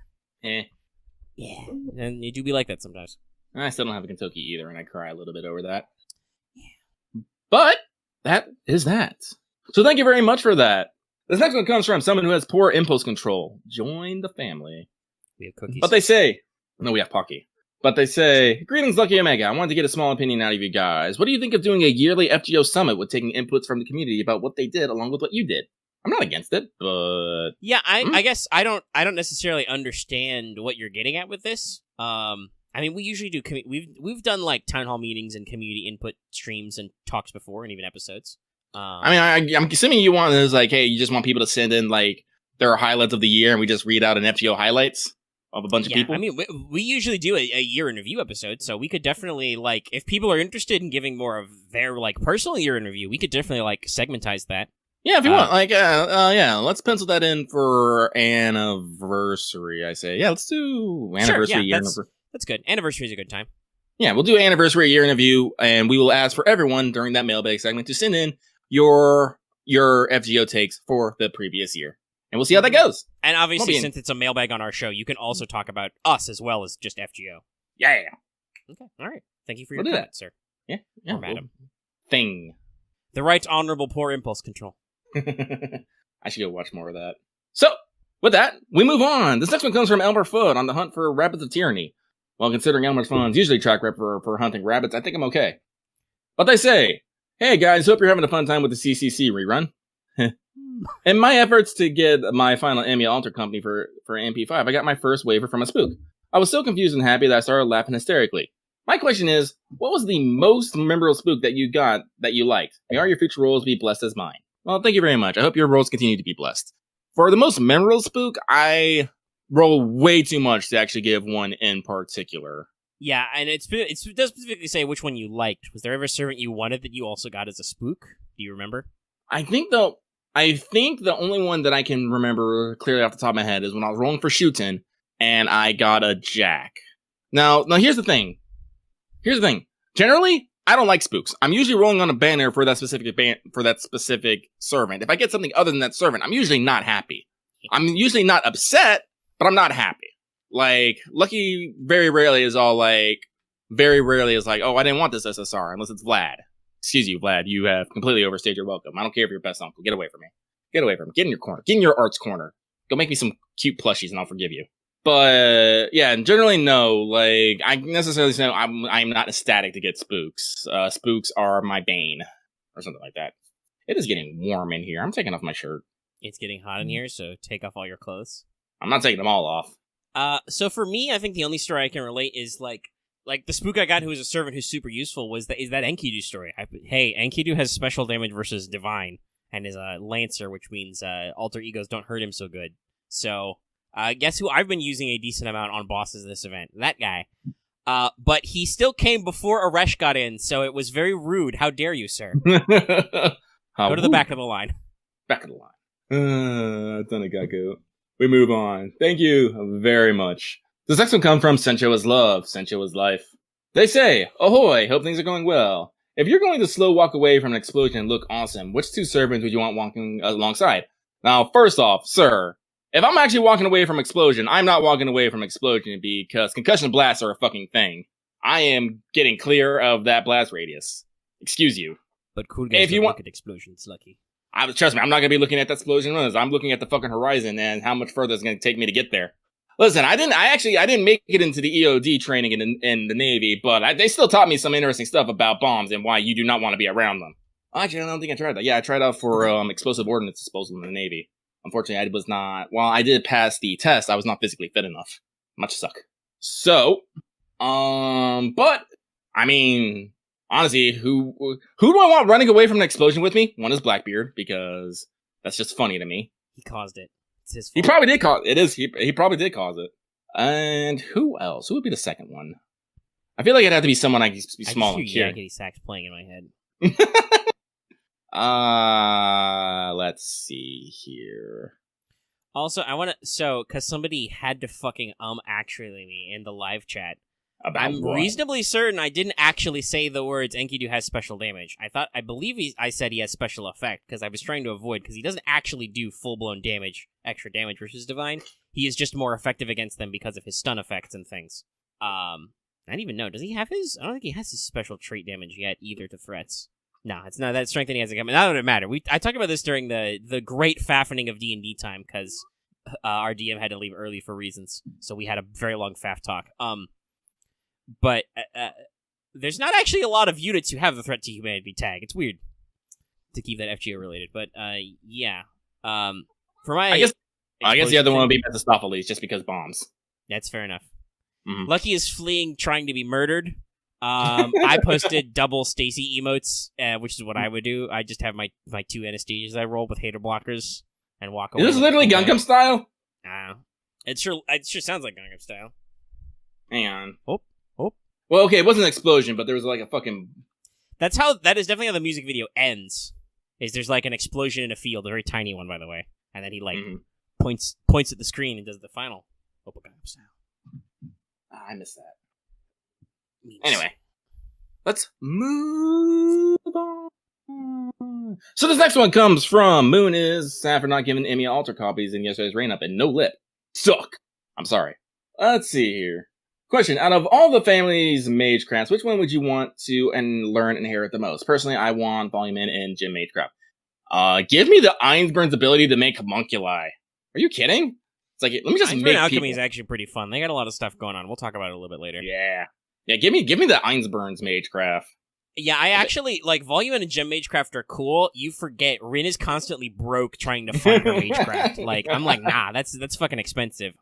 Give me the reverse of that. Give me projection. I'll just make tools out of nothing. Oh, I need to mow the lawn. Let me just project some shit. Oh, is that tree giving you problems? Projection. See. Do I need a cool sword? Project him. So, with that definitively answered, let us move on. This next one comes from a guy who'll mix up IS and DW again. Please forgive me, DW-sama. So, they say, if Omega and Luck were Bill and Ted, instead of a time-traveling phone booth, you can summon characters from the Throne of Heroes. What seven would you bring to show... What seven would you bring to show the modern world to in hopes they'll let you pass your history presentation? This falls fat if you never saw Bill and Ted. Good luck on your future roles. Well, I got an answer this easy. So I would bring Artoria, Mordred, Bedivere, Lancelot, Tristan, Gwaine, Merlin. My history presentation's on the fucking King Arthur's court. I'm fucking done. I'm out. Merlin shows up, does the whole presentation for you. You still get an F for fuckboy.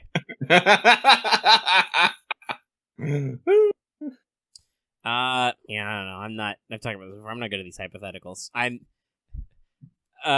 This will shock no one. I actually did pretty good in most forms of school by just doing my own fucking research. I don't think I would bother doing interviews. It's neat, though. The problem would be anybody fucking believe me. I don't know. Mm-hmm. Like, if you come up with some super special, like, but this is what actually happened. What's your source? Oh, I interviewed King Arthur? At the very least, that's a failing grade. At worst, that's an asylum trip. That's my thoughts. There you go. There you go. So, thank you for that. This next one comes from that one person who keeps existing. Same, bro. They say, question, hey, Omega and Lucky, hope you're doing well. Meh. I have another question this week. Have you ever looked through your servant list and realized, wait, where did I get you? For example, I have Vlad Extra and the Valkyries and have no memory whatsoever of pulling either of them. Either way, I hope your weeks go good and may your future roles be blessed. P.S. I have also acquired, this is with 2 Qs by the way, a big Ushiwakamaru plush. It brings joy. I'm glad it brings joy. Also, I hate you. I want one. Give. It's bucks. And I can't necessarily say no. I can't really say look at my servant list and where they came from because they have this lovely thing called acquisition date. So I actually know exactly when they show up. And I actually do sort by acquisition a lot because a lot of times when I am leveling up old servants, I usually go for the oldest first because they've been waiting the longest, and that's how Lucky be. Yeah. But Lucky normally, like, when I can look at a date, I'd be like, oh yeah, it was around this time. If you wanted to say on the inverse of where did the fucking servant go, I've definitely had that happen twice. Once I accidentally burnt a Gorgon, I still have not recovered from accidentally burning my Salieri. I still don't know what happened to them. Just one day, they're gone. Luckily with Gorgon, it was still during her raid up, and I was like, give it, more money, make it rain dollar bills. Megan, you have anything to add to that? Oh, I'm trying to think. I don't think I've got any specific cases where I was like, where did this come from? I definitely feel like I've had moments of I'm like, where I forget I have a servant, and then I'm like, oh yeah, I do have you. But never have I ever, as we say, been like, when did I get this servant? Now, if you want to talk about NP levels, that's something I'm like, wait, I have how many NP of you? But that goes both ways, by the way. I was shocked the other week when I think I talked about it when I got a Liz, and I'm like, my Liz is in NP5? Wasn't she my first ever SR servant? How did that happen? I don't know. You tell me, FGO. Mm-hmm. But that's all I got. Sorry, I'm, spoilers, guys. I'm feverishly working on a shitpost idea I just had, and I can't let it go until I'm done, so hold on. I'm in MS Pent. MS Pent. It is now 10 o'clock at night. It's 10:15. So the situation is getting worse. Yep. So we're gonna move on now. Guy wishing that this could be Superhuman Samurai Cyber Squad. Cyrus21, you broke the rule. The rule is no links. And clearly, at the bottom of this ain't an accident. This ain't something that accidentally turned into a link. This is actually a link. So 1, you broke the rule. 2, you assumed I don't know what Superhuman Samurai Cyber Squad is, because I actually used to watch that as a kid and actually know that, yes, it came from fucking Gridman. So, because I got super psyched about it when they fucking made the show SSSS Gridman. I'm like, that's totally a call out. So, double shame on you. We're skipping your question. Yeet. You have been shamed. Shamed. So, what the next one that actually comes out is, this next one comes from Rotsiv, king of Busting Down Protea with Beowulf MP and Buster Crits. Man, I still gotta do that. I haven't even started the high difficulty ones, and I don't want to, but I need... Yes, I gotta work through them too. I want to at least take my shot and see if my stratagem works. And if it doesn't, I guess I'll yeet the fucking Grail. I got a lot. It'll make me sad, but fuck, dude. No, I need Grails. I might just start spending fucking rainbow apples. I might. Well, I mean, I think you can spend quartz on the fight at least. I don't know. Mm. Is that allowed, guys? I don't actually know. I know you can spend seals and stuff during the lead up to it. Anyway, question for a different time. Yeah, question for a different time. So they say, "Hey, hello, you two. What method did you two use our plan to beat King Protea?" If you two already answered this, then the same thing, but with a suit and lure final bass for this event. Thank you for. I totally flubbed that, but I've been drinking, so I don't give a fuck. Thank you for your time, and good luck with your Protea rolls. Like I said, I really don't have a strategy, because here's the thing I've realized. Lucky's very much the arts meta type, but on the arts meta, but he realized specifically with this fight, the arts meta is actually really, really bad, because the arts meta is built around is just constantly, it's low damage, but constant, NP loops. This is even, pre-Scotty. This can be done with, like, single targets and whatnot. You don't need an AoE and 2 Scotty. You can figure this out with one single target and a couple supports of various types. But with KP's massive heal per turn, I don't know if I can actually, and high cap, was it 2 million right off the bat? I don't know if I actually have an arts who is well developed enough to do it. My best chance would be my Vlad Berserker, but even with all his strong gains, I don't think I can get him to put the top 2 million in one go. I just don't think it's possible. A lot of people have been talking about using double Merlin strats with Snap, and I'm like, yeah, I have a Merlin, but because he's a fuckboy, I haven't leveled him or his skills, so that's not an option for me. I have a Scotty at 999, but again, the quick multiplier is even lower than the arts multiplier, if I remember correctly. Or something like that. So don't necessarily have a way there. So I'm like, my best bet is I'm just gonna have to stall out KP until the fucking buff effects, and if I'm not making it, I just have to keep spinning court until I do it. Like, honestly, like, I have like I said, again, Lucky's sometimes blasé or half-assed attempts at playing games, especially excuse me, especially during down periods, really biting him in the ass right here. Especially, like I said, considering that there is this time a Grail is up for grabs instead of a lore. Yeah, it's a spicy choice. It's spicy. Yeah, my initial plan is to do what some people have done is, and this might take some extra skill levels to prep, is to double Merlin Berserker Jolter and just go ham. And spend seals like water so she can NP as many times as I need, and just see if that eat works. When I actually get there, I'll probably start doing some testing, see how much damage output I can get with Vlad. If I need to do a long play, I can do Enkidu because he's got that stun, which will affect KP. So I can try and like space it out. But yeah, my plan is to just go big ham, single damage, Jolter go nuts. You know, make sure she's got some stars or something to start with, and be like, go ham, get in there. Actually, that was a question. Oh yeah, actually that's true, isn't it? Because an interlude. Does that mean that the Grail is in there forever? Yeah, that's what I was hoping, because actually that was something I was wondering about. But unsure, because that's actually something I was actually going to talk about later. We'll get there when we get there. Yeah. But all right, let's keep moving on with questions. We keep moving on with questions. I finished my shitpost. I saw your shitpost. So, this next one comes from a master who may or may not be blighting from the side of his head.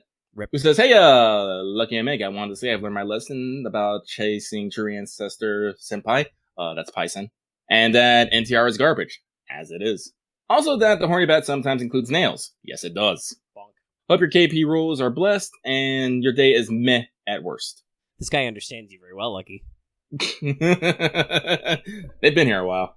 Nothing much is up to here. I hope your rules are doing okay with you, and I'm glad you learned your lesson. Listen, Lucky still reads a lot of Arrow Doujin, and he's just surprised about how much of people who are like, why is it not NTR? I'm just like, why do you want it NTR? Are you living out some sort of weird, what's the word? Wish fulfillment here? Wishing that you were the guy doing the cucking, getting the hot girls? I mean, I really don't know, because quite frankly, most hardcore NTR stuff is written in the way to be the most emotionally damaging, and I'm just this is not okay. Know. Do we have a lot of emotional masochists? Is that what's up? I don't know. Like, obviously, I understand, yeah, some people do get hardcore bonus for suffering. I'm not one of those people. No. I don't get it. I don't get it. Now, as Lucky likes a lot of things, and some of them he will not talk about in polite company, but I have never gotten NTR. I've never gotten it. Like, we're going to be serious. Some stuff is so, like, faceless and mindless, you're like, you just called this NTR to sell more, didn't you? Right? Like, it doesn't actually matter, but then there's other times I'm like, I'm not going to read this. Why would I? Somebody is trying to hurt me emotionally. And I take that as a personal attack. And if that person was trying to emotionally attack me in real life, I would challenge them to swords at dawn.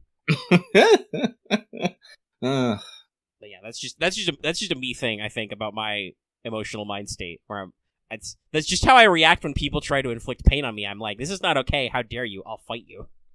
Well, yeah, it does make sense. Like, I can understand it maybe as a store device or maybe as an expression of something, but when it's just mindless fucking porn, I don't understand it. And to be fair, writing a tragedy is a whole thing. Again, I don't usually associate boners with tragedy either. I don't know. Anyway, we got one question left. We've been talking along here. Let's just get it done. And get it done. So thank you very much for that. This next one comes from True and True. Don't you mean tried and true? True and true sadists who will kick someone while they are happy, but will help them up if someone else kicked them before me. Hi, Melt.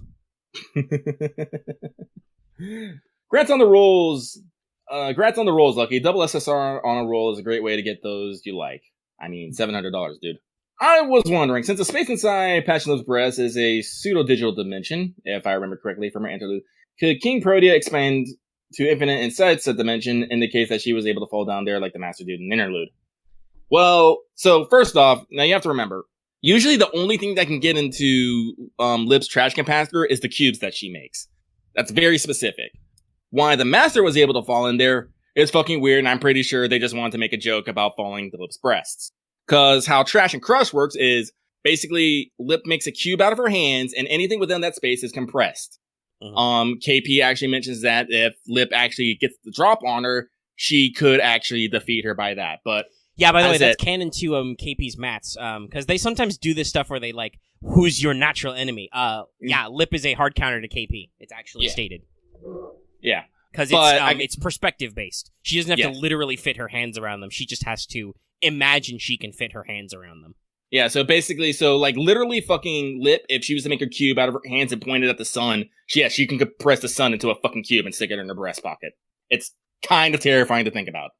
But, like I said, at that point, they are no longer that person. They are then fucking fucking cube of data that just junk data. So, technically, KP would not exist at that point. Again, the Master's just fucking weird. Shame cube. Hold on, I need to star that GIF for later. I'm gonna be sending some motherfuckers to the shame cube of the future. But yeah, no, I don't actually, like, hypothetically, yes, if KP could get inside that space, I do think then, yes, she would be able to safely be infinite. Because that's one of BB's concerns. That's why canonically KP is not unleashed in the OG version of the FGO event, or didn't show up in some versions of CCC. It's because, even in the space of Seraph, she would be too big to contain and would cause problems. Because BB is great. She's a great person. You should like her a lot. I like to karate chop her on the head and say down. Yeah. Listen, I love BB, but I also kind of like bullying her at the same time. Talking about porno tropes that work, the power reversal there is hilarious. Oh yeah, no. Where it's just like, haha, BB, you thought you were gonna be a smug asshole villain to me. No, I'm just gonna be like, okay, cool, and move on. And she's like, but senpai, my plans. I'm like, yeah, huh? This is literally the point where Lucky karate chops her on the head, grabs her by the scruff, and we go home. It's like, my master plan. Yeah, uh-huh. Martha, if she says anything, turn her into a pretzel again. Just the distant sound of Martha's knuckles cracking. Yeah, it's gonna be great. Martha's already been great. Man, I'm super glad that I decided to invest more into Roller Martha. She's a great yeah. Anyway, so update. As of this moment, I got my KP to 90. She is fully leveled. Oh, Bwong. Now I can get back. Did she make it to Bond 5 or she Bond 4 yet? I'll double check. Who knows? Anyway, I expect KP's probably easy to Bond. I think her first one was definitely, I think, the hardest. I think after that, it's like after you get that initial hump, it's just quick. Yeah, okay. Anyway, that was our last question. Oh, it was. And it wasn't about time, right? Yeah. We have 2 minutes left. Okay. I'm actually quite shocked because we did get some faffing in there, but yeah, it does actually work out with the timer. I did pause it a couple times, but that's probably why. It's probably why. But we were close. 2 minutes. There you go. So in about an hour, we can do approximately 27 questions. Yay. Okay. All right. Well, let's move down the line now that Mailbag is done. Mailbag? I think that's what I said. Gaybog. Mailbag. Postman could win. The mail never misses. I can totally see that being one of his part-time jobs. I could see it. He's just throwing letters with his foot. Into the mailbox perfect every time. He only accidentally destroyed one apartment block. So in the free talk segment, I have put a question of my own. CCC bitching here? Yes, CCC bitching hard because, again, we're like several days into the event. I've only done 15 missions. I'm only on, let me see here. And on the plus side, though, you do have 9 days left still. I do. I have not obtained Gate Key Cat yet. That's where I'm at. Honestly, this reminded me how much I fucking hate the gate key mechanics. It's really annoying because it requires you to do specific missions to get the cash, and I'm like, okay, all right. Because it's like, it's not just that you have to do specific missions to progress. You have to find a specific mission to get currency and then go on with them. And I'm sure they were thinking, oh, well, there's multiple missions that give you BB bucks. You'll be able to do that easily. You really can't, though. Like, I find myself bouncing from specifically the quest that gives me BB dollars to the next quest that gives me BB dollars, right? Yeah. It never doesn't get annoying. Now, I'm glad there's so much fucking KP points, because I'm sure as hell not going to do... I'm going to have, like, 3 days left and need to do the final boss. I'm not going to elaborate for people who aren't there yet, even though I believe you can complete the event. We're past time lock. But just in case you're going slow, because this event is hard. But you'll get to spend your KPs to to get some power over the final boss, and I'm gonna spend all of them because fuck it, man. I am not gonna be in the mood for a challenge run when I get out of this hell. Fuck it. Wait, and we've talked about both how I'm still only past like I think the first 2 quests in the high difficulty one because hey, they're not softball quests either. They're like story boss rounds because they have servants with break bars. They're shadow servants, so they don't MP, but like they exist. It's annoying. The first one had like 2 lancers, and I was reminded, oh yeah, that's right. They don't really make sabers with Pierce Invul, do they? I think what the game wanted me to do was do Suzuka because she has a pretty reliable sure hit, but she's still an AoE, so it's kind of like, eh? Yeah. My Suzuka is level 80, though, I guess. I've been using her off and on to farm the event when they give me Lancers, but still, it's definitely a thing where I'm like, wow, this is not a niche that a lot of sabers hit until later.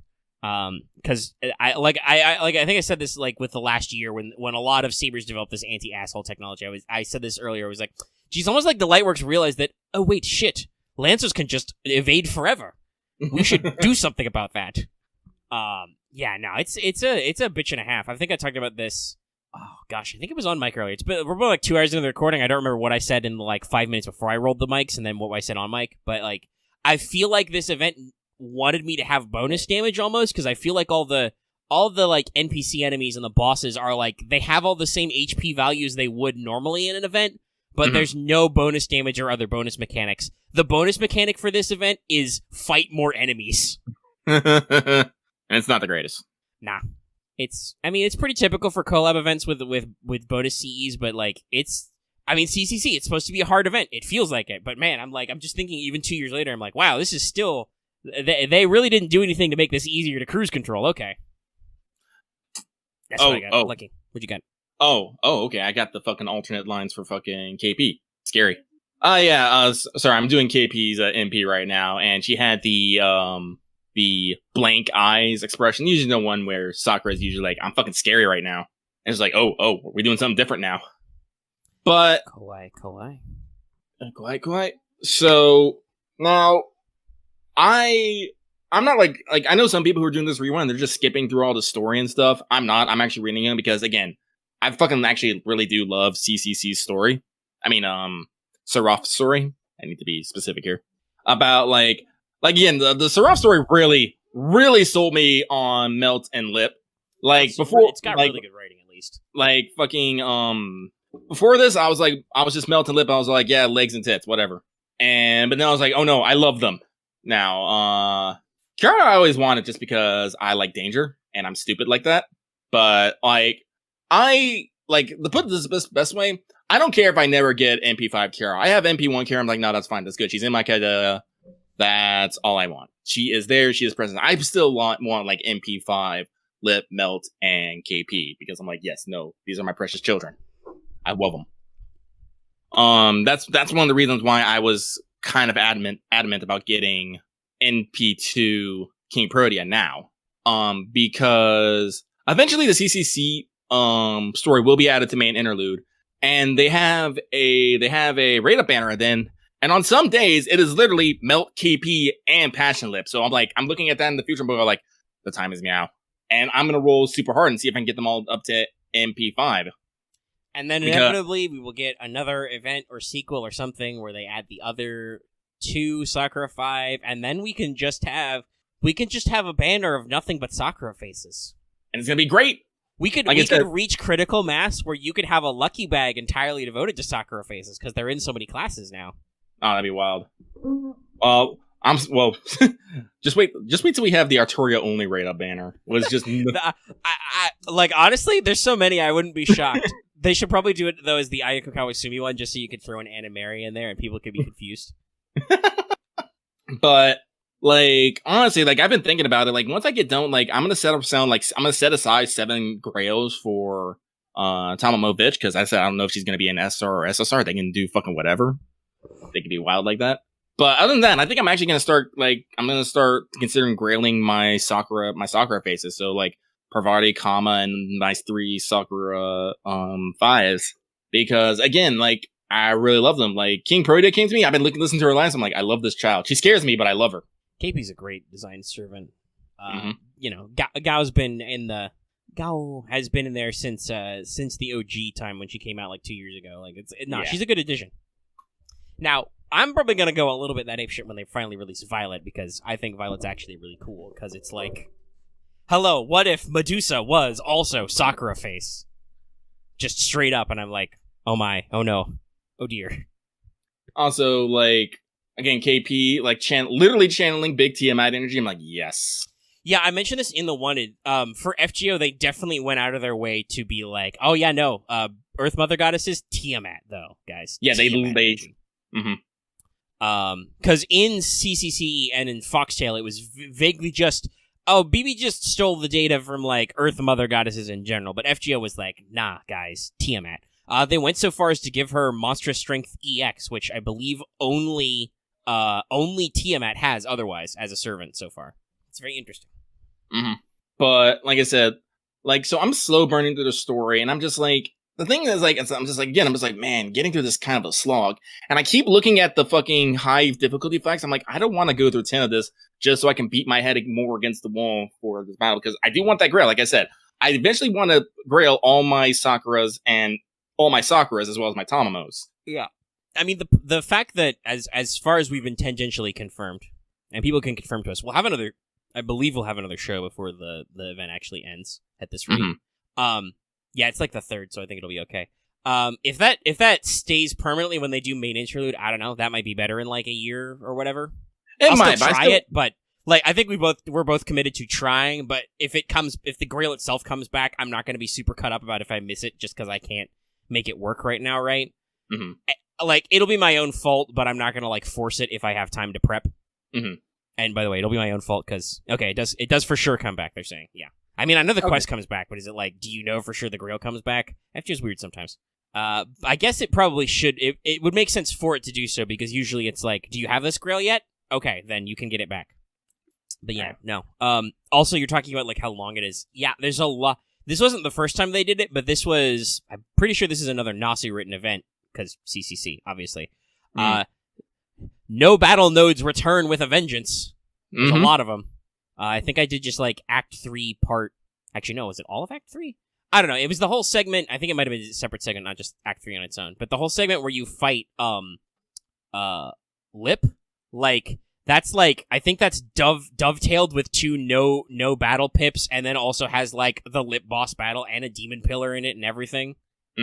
It's like, wow. But yeah, I beat Lip. It wasn't a problem. I have an Aresh button now. She's grailed to 100, and she's kind of fucking invincible, guys. Stonks. And that demon pillar berserker was no fucking problem. Foreigners, baby. I appreciate that for at least some of the fights, the game has given me new tools that make them easier. For farming, not so much. I don't think there's any new tools that make this any easier. Like I said, not even the Wonder Kid Scotty loops work in some cases, because you can absolutely get like, you don't crit, or your NP gain is super hampered for 3 turns because BB is a fucking gremlin. Like, it's not great. I believe this is the last time, this is the only event where they ever did a full-blown BB slots type thing where you get random buffs or debuffs, right? Like, I don't remember that happening otherwise. So, I think they realized that mechanic is, like, really unfair and hard to prep for, so they stopped. Mm-hmm. Yeah, no, there's been many times where I'm like, all right, I'll be able to do this easy, and then I get, your attack is reduced by 20%. I was like, that is way too much, guys. I see you've brought Cat, and, I don't know, some other random buster, like, let's say Karna. I see you've brought Cat, and Karna to this fight. What if you got 20% buster down for 3 turns? And I'm just like, oh, no, please don't do that. I need those cards. As BB just is a gremlin in the corner. Mm-hmm. And I'm like, I'm gonna get you. We haven't done our boss fight yet. I'm gonna get you later. I got a Mothman. I got a Martha. I got a Jean who can clear debuffs now. I'll get you. I'm gonna get you. Okay. Yeah, so CCC is rough, but persevere. It's really interesting. Like, it's a really well written event, but boy howdy, they don't hold back any. It's hard. It's tough. Oh yeah, once you get into the back half and shit starts getting real, shit starts getting fucking real. Mm-hmm. Like so obviously Shinjuku did come out before this, but this was definitely like, hey, here's your post Solomon story, right? Like, some of these fights are tough, but there's a lot of like still really good storytelling to do, and it really hits on some characters, and I think we talked about this before, but I do really think it's a really good intro to characters like Melt and Lip, who are, honestly, they're probably were mostly unknowns to some of the FGO audience, because FGO has way more downloads than CCC got sales, pretty sure. Oh, yeah. Like, even in Japan, where it was only, I don't think CCC did super good in sales. Like, it didn't do awful, but I think we did this research before and found out that it didn't exactly pop either. Mm-hmm. So, yeah, it's kind of interesting. Yeah, no, and like I said, this also was the event that also highlighted, Gwen and Tristan, gave them really good characterization. Same with Emiya Alter. Yeah. So no, like first time going around, this was great, and I'm so excited for the story. I love it. I like seeing Gwen being subtly horny on main constantly. Like that's a Gwen. That's a Gwen. Tristan being sad, but Harp. I just like I said, we got Cat being Cat, Robin Hood, or Matcha, and it said. Like I said, and as much as a little fucker she is, I do love BB. Just constantly popping in and stuff. And I think the best time is when I can heckle her back. It's like, I wish there was more options for me just to be all like, yeah, whatever, BB. Let's see, what else do I want to say about CCC? The music is amazing as always. I cry that I eternally cry that the map theme is not in it. I know I said this last week. I'm going to say it again this week. I'm going to say it again next week too, if we're still going on.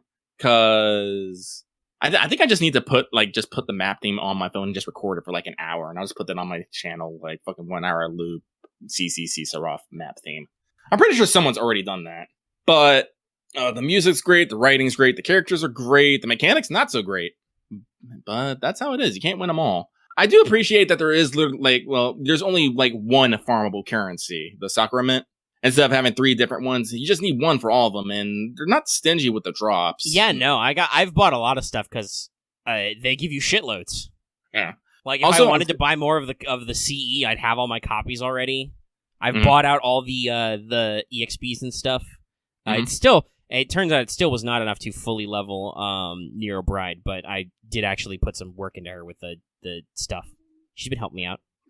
Like, there's a node that drops blue caster gems. I'm all like, that's what I'm doing like right now because I can get some other stuff out. But when I get done with this event, I'm probably coming back here and I'm just going to hard farm these blue caster gems because I need a fuck ton of them.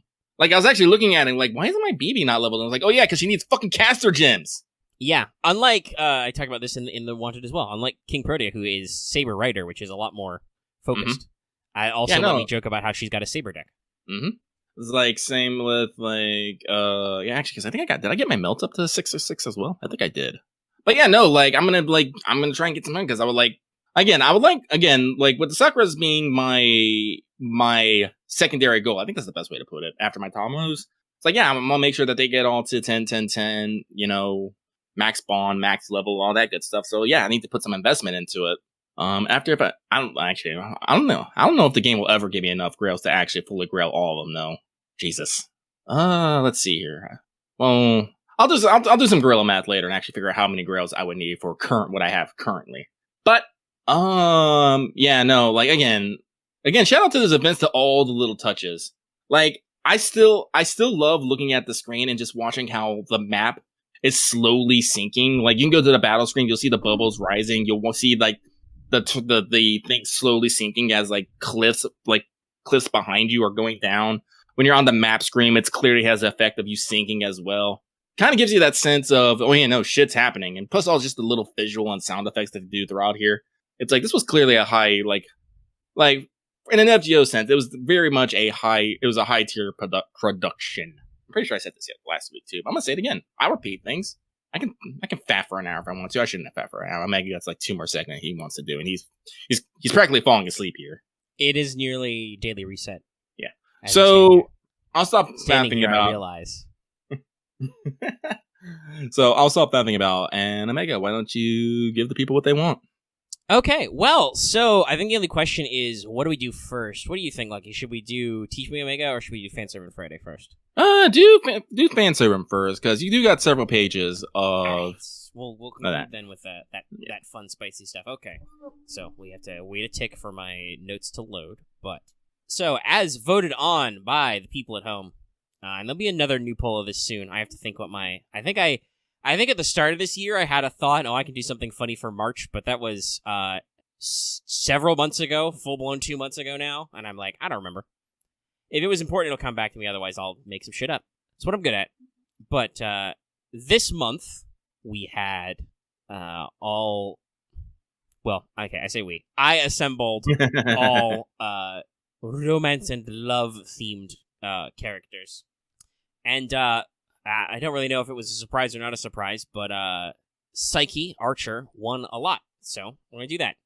So, high-level review, who is Psyche? And obviously this is very funny because we know we got a fan person who has the same name, Psyche, so that's going to be great for you. But this is what the patrons voted on, so blame them if it's weird. I won't say the name in Greek letters the whole time, so there you go, you're fine. But if you don't know this story, one, you do actually know the story, you just don't think you do, but also, where have you been, guys? Anyway, the reason why I say you know this story is because the story of Psyche and Eros, which is the fundamental myth here, yes, is really popular and has been varied a lot. And this is why I say you know it. It's also just Beauty and the Beast. Like, there's a little bit extra shenanigans in there, but it's just the Beauty and Beast storyline. To the point where that wasn't actually like a famous telling of it. But, by the way, there's a great OSP on this, who Red is way better at summarizing than I am with funny images. But the super short version is that Psyche is a human princess originally, which is why she qualifies as a heroic spirit in this case, who's super pretty and great, and some people are like, by the way, this is a recurring theme in various myths about Aphrodite, are like, she's so beautiful, maybe she's really the goddess of love and beauty. And this is just, Aphrodite's just not okay with this. Guys, don't do that. Listen, I don't think any god or goddess is okay with saying immortal is better with them at anything. No, and to be fair, I don't think Psyche ever puts forward this belief, but this is what people are talking about at the Greek water cooler, and I'm just like, guys, don't say that. You're just fucking that person over. You're gonna make Aphrodite mad, and she's gonna fuck some shit up. And she does. She sends her boy Eros, a.k.a. Amor, a.k.a. Cupid, for funny enough connections, since Amor Karen is out, to go be like, yo, dog, son, I need you to hit this chick up with your golden arrows and, I don't know, make her love something hideous and deformed. You know, fuck her life up. And Eros is gonna fuck her life up, but he's a dingus and he accidentally stabs himself with the arrows of love, and he immediately falls in love with this chick and whisks her away to his magical manor. Basically, because Psyche's portrayed as a lonely person. So she's like, gosh, people worship me, but they don't, like, understand me, man. So she gets whisked away to a beautiful mansion to be with her invisible husband, Eros, who's like, all right, my lady, we're going to get married. We're going to be cool. You can't see me ever, even when we're fucking. Always has to be in the dark. We're not going to hang out. You can't see me. Otherwise, you get to live in a lap of luxury. And everything is fine until Psyche's evil bitchy sisters, because you got to have them, show up at her house and are really jealous and are like, okay, but what if your husband's like a monster or something? You got to find out. You got to know. And this is actually related to a couple of the anecdotes I took for skills and Noble Phantasms. So that night, Psyche gets a lamp, and she goes up, and she waits until she does the business with her husband, then she pulls out a lamp and lights it on fire, and she reveals it's the beautiful Eros, god of love. Oh, everything's fine, it's great. Except, Eros is so pretty, the lamp flame jumps the fuck out of the lamp and burns his skin a little bit. This causes him to freak out, and some stuff happens. During this time period, Psyche gets accidentally stabbed with the golden arrow, so she falls in double super love with Eros. But Eros gets burned by the flame and freaks out, and he runs off, and then Aphrodite is like, yo, you burned my boy. You betrayed his trust. You gotta do me 3 favors. And Psyche does the 3 favors, and they're really bullshit, but Psyche is a Disney princess, I guess. This is probably what it puts better. Like, it's crazy. Like, every time she comes along, small woodland creatures help her out. It's very archetypal. She solves the thing, they get back together, and then Eros, like, fully commits. He gets Zeus on board, and he marries Psyche, and she drinks the ambrosia and gets promoted to being a goddess. The goddess of the human soul. Hence, Psyche. So, this is a very, very long, roundabout way to tell about how, like, love and soul and stuff are connected. And so, again, because in this story, she is a mortal who becomes divine, this works perfectly as a servant character. She would have been a human who did do some heroic stuff, and so we work through there. But she is also, immortal human soul. It's cool. I portrayed her as an archer for the reasons that will become apparent when we get to the Noble Phantasms later. It's funny. Mm-hmm. But, like, core stats, chaotic good, I figured. She's a good character, but also, like, does some stuff against the grain. A little wild. Yeah. She's okay with breaking the rules a little bit. Mm-hmm. I mean, she literally broke a promise because, Yep. again, bitchy sisters. Bitchy Who, sisters by are the way, like, they got flung into the horrible evil chasm and died later. bitchy. It's great. It's, like I said, this is actually, like, a classic Greek narrative. Like I said, I'm pretty sure, does Ovid have a version of this? I think he does. But, like, this is classical Greeks and Romans wrote the bones of this thing. It's very classical, like, Disney shit. Like, classic fairy tale stuff. You can see the through lines. So for core stats, because she's I think she's a pretty high-ranking goddess, like, as far as we go. Like, she's literally a human promoted to being not a full-blown, like, numbered Olympian, but, you know, directly related. Like, I felt pretty good about giving her solid stats. Endurance B, Agility A, MP A, Luck B+, NP A. The only one that's low is her Strength is D, because Archer, and just being a normal human chick most of the time. Like, she doesn't seem like a servant who would have supernatural strength, but would be fairly fast. I did the endurance high because she goes through a lot of shit through her myths. She's got one of those classic 3 tasks type stories, so she should be. There's probably a lot of traveling involved. Yeah, she had to walk around and do a lot of stuff. I mean, at one point she literally goes to the underworld. So I'm sorry. I'm just thinking like Katie's just probably at his desk. Candace is like, why do they all keep coming down here? Actually, she goes to see Persephone. It's even more interesting. We'll talk about that later. I actually represented that with some skills. There's some fun anecdotes there. But for class skills, I went with the Archer ones are typically magic resistance and independent action. Independent action B, she seems like an Archer who, once again, she did a lot of stuff on her own, of her own volition, going out, working for herself, trying to find her magical angel husbandman. I'm not gonna really argue it, but I will say she was stabbed with a double secret fucking heart of love. I don't know necessarily. I mean, yeah, but she does a lot of work on her own, right? Like, so independent action B, like, I decided to give her a fairly above average rank here. This is not just something she gets from her class. Like, she's actually out there doing it on her own. And also, it's a little weird because again, like I said, she did get stabbed with an arrow. But for my first run of this, I went with a high magic resistance as well, magic resistance A, because she also would have a high divinity. We'll talk about in a second. She, as a character, as a heroic spirit, I feel like she should be naturally granted with a high magic resistance. But you could also argue the other way. Somebody could go for lower, or we could come up with a weird passive where she's like more weak to charm or something. That could be funny. So personal skills, I went with divinity A+, like Herc. This is a human mortal who got elevated to full blown godhood. That's the highest rank of divinity, you know. Also, as you know, just standard fodder skills, golden rule body A+. She's pretty. Yeah, people said she was the quote unquote second coming of Aphrodite. So, yeah, no, I think it's fair to say that she was naturally born with a high level of golden rule body, having a goddess-like body which does not change.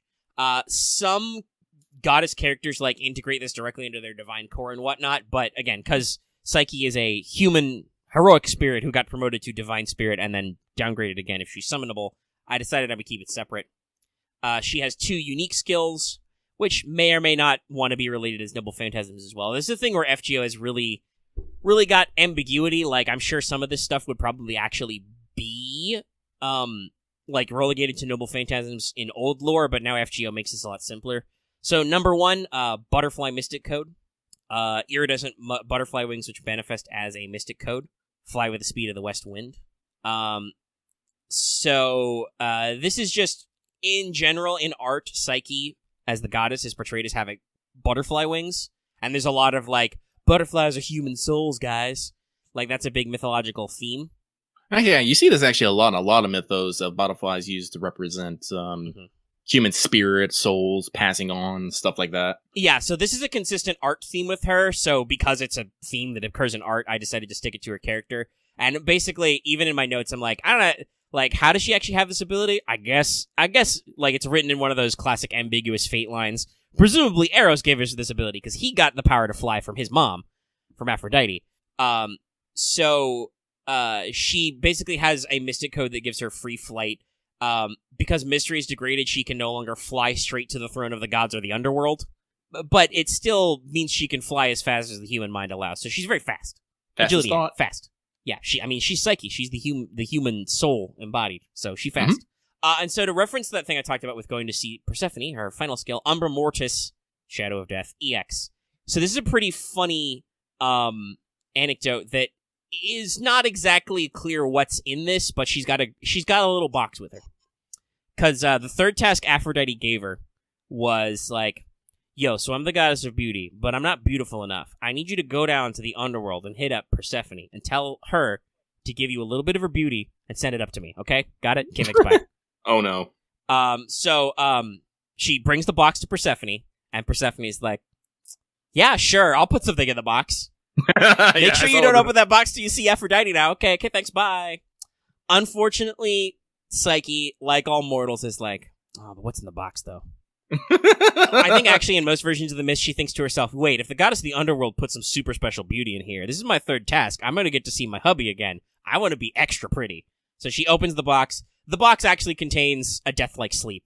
And this leads to also a very, like, Romeo and Juliet thing where, like, Eros thinks Psyche is dead for a little bit, but she's not. It's fine. It gets worked out. Fairy tale ending.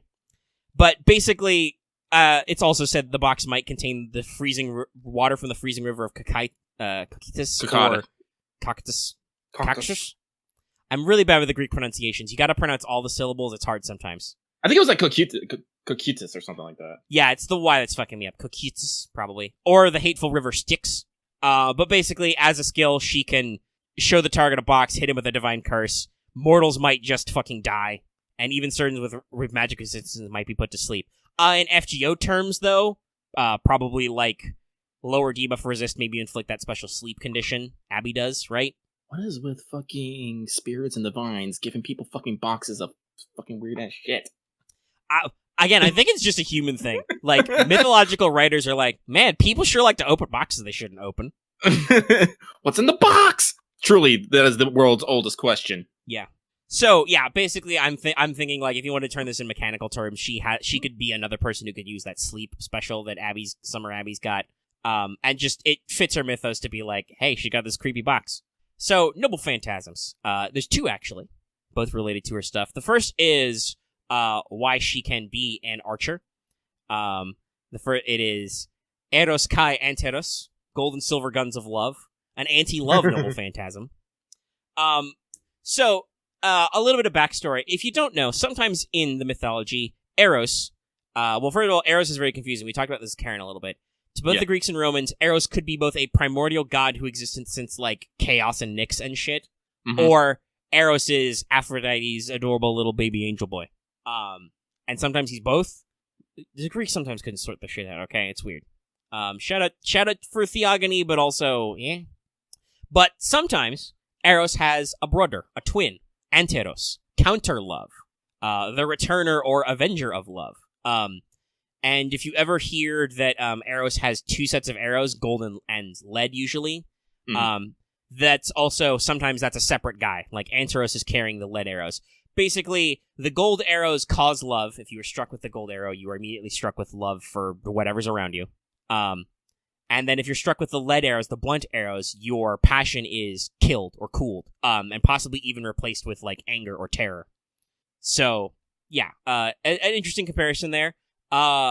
So Psyche accidentally handles the arrow, she stabs herself, you know, you got all the back and forth there, so there's, basically it makes sense for, as a servant, and because she's the wife of Eros, she gets to wield the arrows.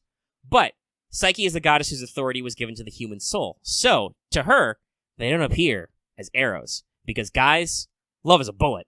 Are we making a Sniper Wolf reference here? Lots of references. Shot through the heart and you're too lame. You give love a bad name. Like, it's, to the Greeks, love was being struck with an arrow, right? Well, what is it to us? It's being shot with a bullet. It's the same shot thing. Through the heart. Yeah.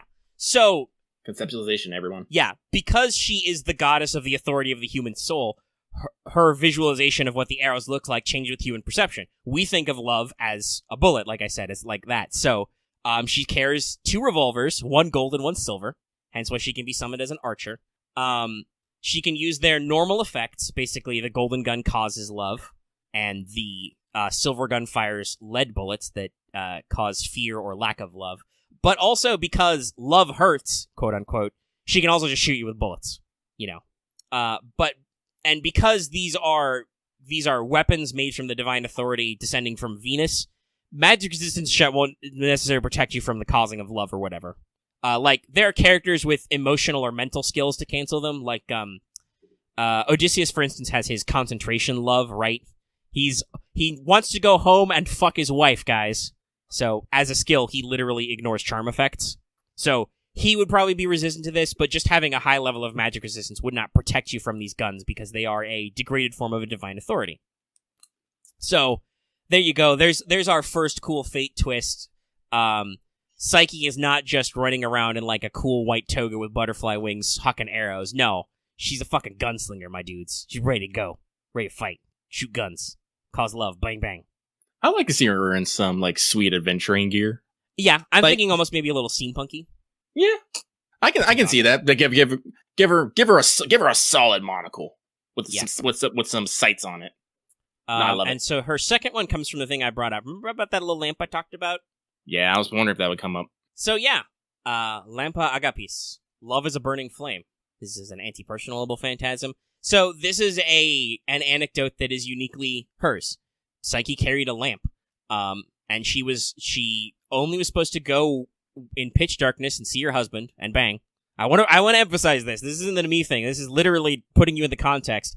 Eros was like, "No, the room's got to be pitch black. We got to do it in the dark."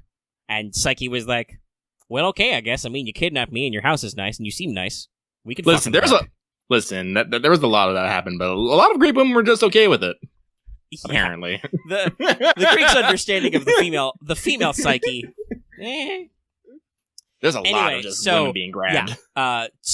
In the story, like I said, Psyche lights this oil lamp and then sees, and she's ready. She got a knife. She's gonna stab him if he's a horrible monster. If he's not a horrible monster, I guess it's okay. But. I'm sorry. I was about to say, well, they got that part of the psyche, right? Yeah. If he looks nice and he's got a nice house, it's okay that he kidnapped me. If he's a horrible freak show, then it's not all right. But basically, she lights this oil lamp, right? Like I said, the oil lamp is supposed to have itself been mesmerized by the beauty of the god of love and jumped out to be closer to him. A small ember touched him, which made him flee. So, basically, one, it's a lamp. It's lit with her magical energy. If she lights the lamp, it cancels all visual interference. Darkness created by magecraft or noble phantasms is repelled. Illusions are translucent. Invisibility is torn away unless granted by a greater divine power. This is a lamp that Psyche lit to see the truth of a story, right? Mm-hmm. So it's very powerful for that. However, when she calls its true name, the fire inside is stoked by passion and grows into a roaring flame, and then leaps forth to consume anything that Psyche finds beautiful. Because love burns like a flame. Passion is like fire. My desire. No, her design just needs to have a lamp just hanging on her belt. Yeah, just hanging on her belt, just chilling, and then you realize, oh shit, whoosh, fire. Her skill animation, she just lifts it up and it shines bright. Mm-hmm. Yeah. And this is a thing that burned, literally. Eros got burned by an oil lamp and had to fuck off. Like, he was scared. He wasn't really hurt, but he was physically pained. So, yeah, no, it even has the power to hurt, like, divine spirits and stuff. So, there you go. There's a little bit of your extra special human action. She's got a lamp that removes illusions and can burn even gods.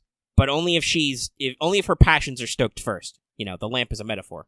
Yeah, I think that's everything I got. So, there you go. That's my take on Psyche.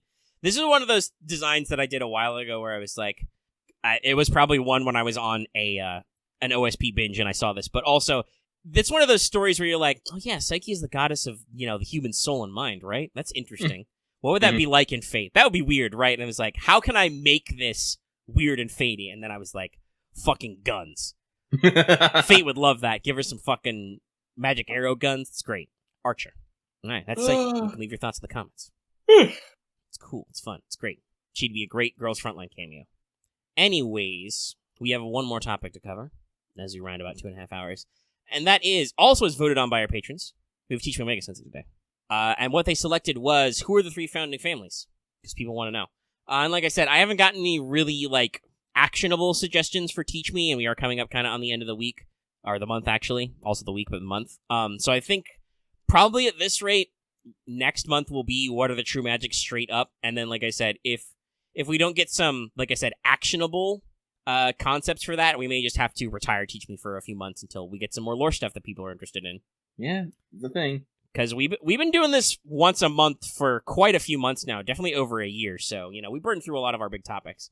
That said, I was actually quite surprised. There's a decent amount of actionable intelligence on the three founding families that I was able to turn into, I think, an interesting topic. So with that stuff all out of the way, let's jump into it. So, yes, Fate does appear to use the three founding families with, all starting with capital letters, a proper noun. But it's also really simple. It's just those three mage families who created the Holy Grail War system. It's pretty simple. In the normal FSN timeline, this is the Einzbern, Tohsaka, and Matou families. But in other timelines, it could be other family combos. But that's maybe spoiler stuff, so I'll skip describing the alternate versions. Basically, what we're here to talk about in this topic is those three I mentioned, Einzbern, Tohsaka, Matou. And so we're going to talk about their history, their roles in the Grail War, what's going on with them, where they're going kind of stuff. Because obviously, being Fate's Day Night core concepts, they've been elaborated on decently, I'll say. There's still some gaps, but there's some interesting things here. So we've talked about the structure and origins of the Holy Grail War before, but to briefly recap, because you can go watch mine teach me on the full thing somewhere. Basically, these three families came together to recreate the Heaven's Feel ritual and reach the root, though some have different motivations now, but originally it was all about reaching the root. So the Einzberns provided the alchemy necessary to create the greater and lesser grails, the actual mechanics of this thing, and Justice von Einzbern herself became part of the greater grails construction. We've talked about that at length before, both in Homunculi and Grail Wars. The Matou, then the Makiri, provided the command spells, command seals, and the magecraft to stabilize the grail materials and all that stuff. They actually provided the actual work to, stabilize ordering servants, creating the format and stuff. And Tohsaka provided the ley line, the lands in which to power the ritual, and summoned forth the servants. Nagato Tohsaka was the family head at the time, and he provided the land and all that stuff. But his daughter, who is still unnamed, by the way, was involved in designing the systems of summoning servants. And we've talked about this before. She is presumably why the Fuyuki Grail War has some weird summoning rules. Like, the only assassins are Hassans. Because she was the one who actually, to all of the three founding family heads, but especially to Nagato Tohsaka, this is all just an excuse to shenanigans out the Heaven's Feel and contact the root. I don't know if he never told that to his daughter or if she was just a huge nerd and decided to make it fun, but she did a lot of the work setting the system up. So that's their three major parts they contributed. Now that we've reminded you of what these guys did and why, let's break down the families and their history in alphabetical order. That means Einzberns first. So the Einzberns are an independent mage lineage. That means, as far as I can tell, they're separate from the Mage Association, Clock Tower, all that. They're not with Atlas. They dwell in Germany, presumably near the Rhine River.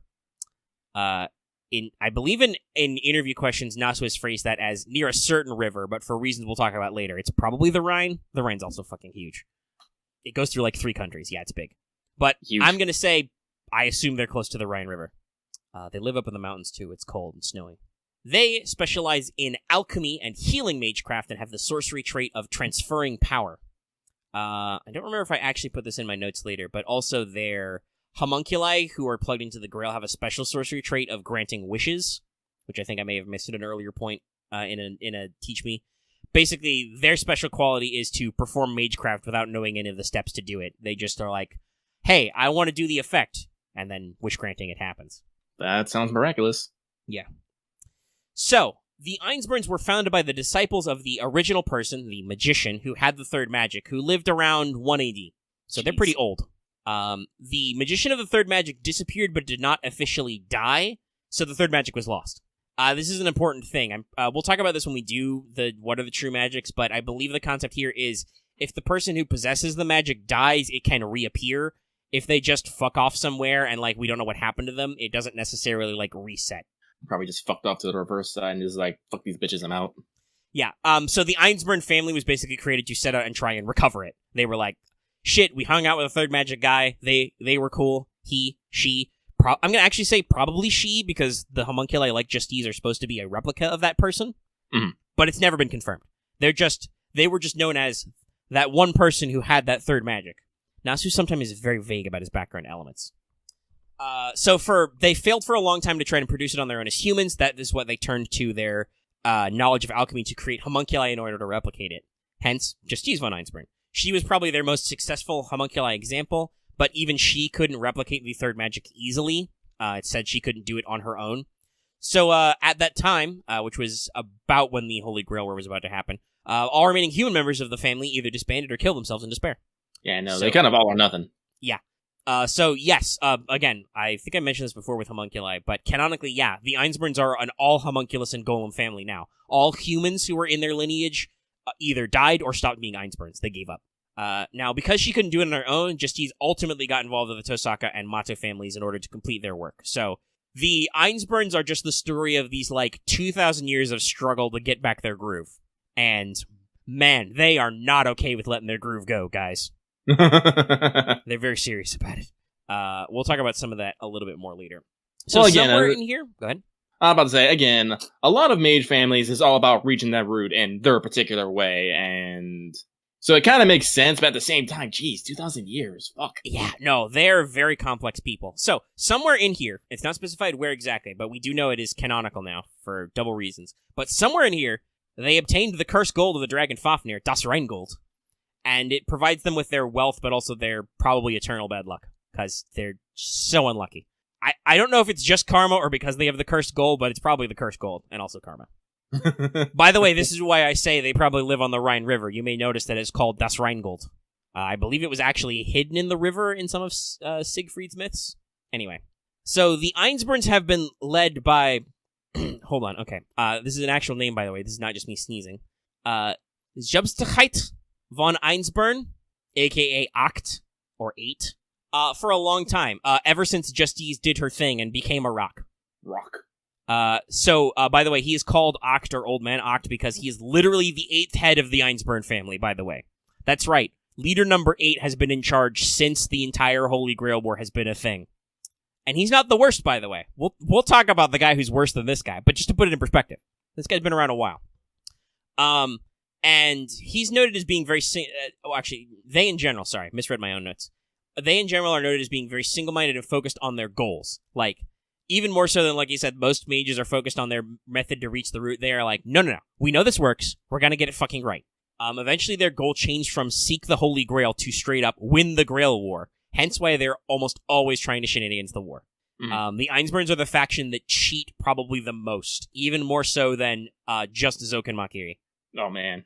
Well, it's true, yeah. They are constantly trying, like I said, their goal changed in there somewhere to win the Holy Grail War, not just to get the Holy Grail and do the ritual. They just straight up want to win and get their shit back, and it really shows. They are constantly trying to shenanigans some shit. So, interestingly, for the future of the Einzbern family, we've talked about this before, Eliasville is their greatest Einzbern model homunculus, created from multiple generations of power based on a strong magus. And basically, if she is born and fails to grant them the Grail, the Einzberns are basically finished. They will never do better than Ilia. They will eventually decline and be like, shit, we fucked it up. But if there is a timeline where Ilia is never born, they will never truly die out, and they will continue to seek the Grail. This is established in Apocrypha. Even though Millennia stole it, the Einzberns are either like, well, we'll keep an eye on them in case we can get it back, and also, we'll just make a new one. We'll make a new Greater Grail. I don't give a fuck. We got time. We've been around for 2,000 years. Fuck you. Yeah, so basically, so long as they never suffer basically the ultimate embarrassment of either the Prisma universe where Kiritsugu and Irie are like, fuck you, and dismantle the family.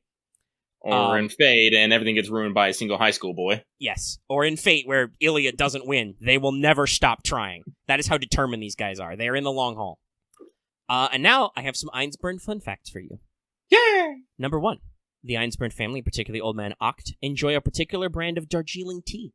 They have it specially imported and serve it only to their most important guests. Also, another fun fact, despite it being explicitly noted that their territory is not good for it, they are up in the mountains, they own a brewery because production of alcohol is necessary for some element of their magecraft. You did say they specialize in alchemy and medicines, right? Yeah. Yeah, no, totally makes sense. Yeah, so they need it for something alchemical or medicinal. By the way, it's really funny. They are good at healing magecraft, not because they'd ever do somebody a solid, but because through their alchemical enhancement process, they might fuck you up. They need to make sure you can recover. It's pretty funny. I'm definitely going to double down. Teach me the fucking Einzberg fucking magecraft. Alchemy, medicine, homunculi. That sounds awesome. Yeah, so there's a couple fun facts for you. They're interesting in that they are absolutely a mage-ass mage family. And they're very shifty, but they're not, crazy, they're just trying to get their fucking magic back, okay? It's been lost for 2,000 years. Let's talk about somebody who is crazy. Oh boy. Next, the Matou family, aka originally the Makiri clan. That's right, they weren't always called Matou. So they are a major lineage who originated in Russia, but were chased out about 500 years ago, eventually settling in the Fuyuki area. That's where they changed their name and stuff. I wasn't noted in the couple of pages I skimmed for this. Well, I say skimmed. I read them pretty thoroughly, but I skimmed around for it in multiple areas. I don't actually know if they were supposed to be associated or not associated with, like, the clock tower. Given that we actually see old man Zolgen as Zolgen Makiri in London, I'm going to assume he was probably at least a member. I don't actually know where their family shook out. However, I do have another fun thing where I don't know the exact date, but it says roughly 500 years ago, and I do believe what was the time period when Lost Belt 1 diverged? Lost Belt 1? I just want to say around 1600. Was it 1600s or 1700s? Hang on. Because I'm very curious if perhaps that was a deliberate thing and it was an Ivan move that displaced them. Let's see. That's just me. That's like not even like a theory. I have a legit theory crafting in this later, but that was just 1570 ? Yeah, so no, I'm actually wondering if that might not be a little bit of arc welding and that was like Ivan the Terrible actually displaced the Makiris. It would be very interesting and make a lot of sense. What if it was Rasputin doing some weird shit? It could be. Actually, when was Rasputin alive? Fuck. I just spelled it out. I'm not thinking. Hang on. That'll be much later. That was around the Russian Revolution. Yeah. Because he was buddy with Stacy. Yeah, that Sorry, was... got my notes back. I tabbed over and Chrome froze for a second. So, the Makiri, or the Matou. I'll use both interchangeably. So, interestingly enough, the Matou family sorcery trait is absorption, or, to put another way, binding things to oneself. However, the Matou bloodline has been in decline for literal generations, and their amount of magic circuits has dwindled with each passing generation to the point where their latest descendant in the timeline, Shinji Matou, has literally none. Yeah, Shinji has no magical aptitude at all. Which, by the way, is the reason why he's so sassy. It's because his house is full of fucking books on magecraft, and he can't do any of it. They claim... Go ahead, Lucky. I'm about to say, it's like he has an inferiority complex, maybe towards his super talented sister or something. Yeah. So, the Matous claim that the reason why their talent dwindled is because they left their homeland and aren't compatible with Fuyuki, but this has never been explicitly confirmed. It is noted that if you switch where your thaumaturgy is based, you can actually, like, physically leave your area and it no longer works. Like Celtic-style druidic magic only works in those areas because it's, like, built into the land. But also, like I said, the fact that this has never been explicitly confirmed leads me to think there's another thing. It's time for me to do some theory crafting bullshit, because I know you guys love this. A theory. The decline of the Matou family is because Zoken Matou, originally Zolgen Makiri, has been the head of the family for 500 years. Since they left Russia. Literally. He has been the patriarch of the family that fucking long. Like I said, this is not even Old Man Oct is that old. Like, this motherfucker's been around a while.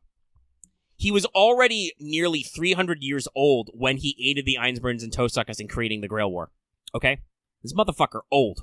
Mm-hmm. It explains why he's so weird and creepy in the modern day. And in general, this isn't in my notes, but Zoken's a really interesting character because when we meet him and, like, by the time we get to Fate Zero and Fate Stay Night, he is just a pure scumbag. Like, he is absolute shit. Now, so to do a comparison, right, a lot of people talk about Kara no Kyokai and how some of those characters, both in terms of design and character archetypes, are, like, prototypes for stuff that came later in Fate and Tsukihime even. Like, you can clearly see how the character that is Fujino could have evolved into Sakura, right? Yeah. You might think, especially because in the Unlimited Blueworks anime adaptations, Araya Soken is proto-Kirie, right? I would like to posit he's actually proto-Zoken. Because when Zoken was a younger man, he was actually a huge idealist. He got really tired of seeing people die and stuff and wanted to create utopia. He wanted to reach the perfect world where there was no death and no pain. Also sounds like other people we know. But he has just been alive for so fucking long that his dreams have basically turned to dust. He's got nothing left but trying to win the Holy Grail War so he can see Justice again because he has a huge boner for her. Even though, again, you met her when you were like 300 years old, my dude. Okay? I know you were okay looking in London, but, like, come on, man. Age ranges. For all we know, Justice was like 5 because she's a homunculus. Anyway. So, yeah, he's still kicking around, though. He's been around a long time. And it's noted in other places explicitly, the Matous no longer pass on their magic crest. We'll come back to how that works for them later. Mm-hmm. But they no longer have a magic crest that they pass on. Theory. It's entirely possible that their line is dying out because Zolgen refuses to kick the bucket, and he still has their magic crest. So it's basically, old man completely complaining that his family has no power. Also, same old man doesn't give up any fucking power. Basically, yeah. Because we talked about this before, like, right, mages are all about that long work. Part of the long work is you're supposed to separate your magic crest and pass it on. If Zolgen hasn't passed on the magic crest, which, again, he's been the patriarch for 500 years, he hasn't technically died. He might not have. The magic crest cannot gain knowledge and power, and may have actually led to the Makiri, now the Matos, declining. Because they don't gather, magic the same way. So to your comment, Architect, you say Shinji's magecraft is having the most punchable face. Remember, their ability is binding things to themselves, so Shinji's magecraft is just he binds your fist to his face. Shinji's one of those characters who is, while also a scumlord, is arguably sympathetic, because you understand why he's so much of a scumlord. Like, if he just had a happy home life, he'd be okay, but he doesn't. So, here's the gross part. Because the crest is no longer passed on, Zolgen developed what is considered to be the Mato's ultimate magecraft technique, the crest worms. That's right. That's their best move. Ugh. Anyway, while very unpleasant, these familiars that Zolgen creates are absorbed into the body of the subject and directly improve their magic circuits and implant knowledge of the Matou magecraft into the person without any study. You don't need to read books for this shit. You don't need to practice. Crest worms. It's painful but horrifically efficient. It underlines how Zolgen works perfectly. He's like, yo shit, fam, this is gonna fuck you up, but you're gonna be able to do magic, fam. And apparently people bought this for several hundred years. But yes, it's gross. It's very gross. Ugh. I'm just remembering those scenes of the fucking basement full of them, and... No, it's not okay. Like I said, it's the ultimate capture of his mindset. Like, yeah, let me do some grossly invasive magic parasite shit on you, but you'll get way strong, my dudes. No, Zolgen, it's not okay. Just give up your magic crest like a normal person. No, crest worms. But I'm ultimate technique. My crest. Just Zolgen just now canonically has a tiny gremlin voice, even though I know he does not sound like that. I'm just thinking of that fucking dog gif. It's all like, more power? No crest. Only power. Mm-hmm. Yeah. So, unlike the Einzberns, who have basically, I think, two very clear-cut paths forward, the future of the Matos is very up in the air. In timelines where Sakura is not adopted, because, again, in case you couldn't tell, Sakura gets adopted because they literally have no acceptable heirs to their magecraft, period. Shinji has no magic crests. Could crestworms have helped him? Probably, but he's a big wuss. He wouldn't have gone through with it. He's a baby. I'm just remembering that moment where Lancer just slightly pokes him with the spear and he runs off screaming. Like, ah! Yeah, no, he could not suck up the crestworm things, unlike his uncle Chaldea, who, like, had his own problems, but at the very least was not averse to deep-seated suffering. But so, if Sakura is not adopted, their future is bleak. They will produce no heirs. This happened in APOC, presumably also because Darnik nuked Zolgen as a smart move. Or maybe Amakusa did it. I don't remember the flashbacks very well. Anyway, somebody got Zolgen, finally. So they're going to die out. But if... Go ahead. Well, like I say, if they actually got Zolgen, they might have actually been able to recover his cred and maybe develop as a more traditional possibly, mage, but it's considered canon to APOC. They eventually die out, right? Like they continue down the same path, they produce the same heirs, and they die out. Hypothetically, though, if Sakura does join the family and Zolgen doesn't finally kick the bucket, they would keep going. This happens in some endings of Fate Stay Night, because we only realize that how much of a problem Zolgen is that he exists in Heaven's Feel. That Blu-ray release date. So yeah, they could keep going, but might not. We don't know. Up in the air. They're really supposed to. So okay, here's my one fun fact I was able to dig up about the Matos. Supposedly they have a great deal of money from their time performing thaumaturgical research. So they're a fallen family for mages. For normies, they're still pretty upper class. And you do, I think, see hints of this in how Shinji acts, right? Like, he seems like he's well respected at school because he's a little bit of a rich snot kid. So the Matos are very interesting because as a mage family, they're impoverished. They have no fucking talent. They have no lands. They're down to like 3 members, one of whom is fucking adopted. But in terms of like being well off, they have a nice fancy house and they have enough money that they can live comfortably, even though, I don't know what happened to Shinji's dad, but he's very clearly dead or something by the time we get to Fate Stay Night, right? Like, he just doesn't exist anymore. So, like, they've got enough family despite the fact that fucking nobody works in their family, and he's still going to a nice school and has nice things, and they have a nice house. Which leads us to a very interesting comparison with the Tohsaka family. Tohsaka are aligned with the Clock Tower firmly. They're, counted among their membership. I don't know what faction Rin's in, but they're part of the Clock Tower. Out of our 3 founders, they are the nouveau riche of them. They originated right in Fuyuki at around 200 years ago. Nagato Tohsaka was the first head. So yeah, the Tohsakas are the youngest family. They straight up just came about right about the time of the Holy Grail War being founded. Their background is coming from hidden Christians living in Japan. So, yes, they are actually a Japanese Christian family who lived in hiding for years. Vibrate in your Muramasa theories now. And also your Amakusa theories. Yeah, I'm about to say Amakusa would probably be closer. Well, same with Muramasa as well. That's part of why Muramasa blades were banned. A lot of those guys used Muramasa weapons against the Tokugawa shogunate. I said it correctly this time. Yeah. Anyway, there's a lot of... Nasu, of course, has peppered in a lot of really interesting Japanese history concept into his native Japanese family and Fuyuki City. But I think because they're so Japanese, he doesn't really comment on them. He makes a lot of them subtle. But just think about thoughts. Think about these thoughts, guys. So, Nagato was taken in as a student of the magic man himself, Zeltrich. Usually this is something which people do not enjoy, but he came out actually better for wear. Zeltrich actually entrusted Nagato's family with the blueprint for his jeweled sword. It's his big boy mystic code that is linked to the second magic. Which, by the way, I noted in my notes, this is basically like adopting Nagato, because the mystic code is only supposed to work for Zeltrich and his descendants normally, so by teaching Nagato's family how to use it, he's basically saying, like, you're like my heir now. Like, Zeltrich is still around because he may or may not be a vampire, or just he's really fucking old. Doesn't matter. But, yeah, it's really interesting to, like, say that he counts Nagato among basically his descendants. I've heard people say that Rin is actually supposed to be descended from Zeltrich. I'm not actually sure. The Tohsakas do have a confusing bloodline, though, so I don't know. But they're related in some way. On the subject of the Tohsaka, Zeltrich himself said the following. He said that they will never accomplish anything great, but they will never stray from the righteous path. So, in Zeltrich's opinion, the Tohsakas are mediocre but good-hearted. Mm-hmm. Which seems to be what he was after, because Zeltrich actually observed the creation of the first Grail War. He was there when Justice turned herself into a copper rock. And he could have given his talents to the equally talented Makiri or Einzberns, but did not, because he realized that they were fundamentally assholes. The text called this that he thought they were evil, but I figured, he realized that those guys were both assholes. So he gave it to the Tohsaka, who are not assholes. No matter what you think about Tokiomi, everything he did that he fucked up, he did because he was trying to do a good thing.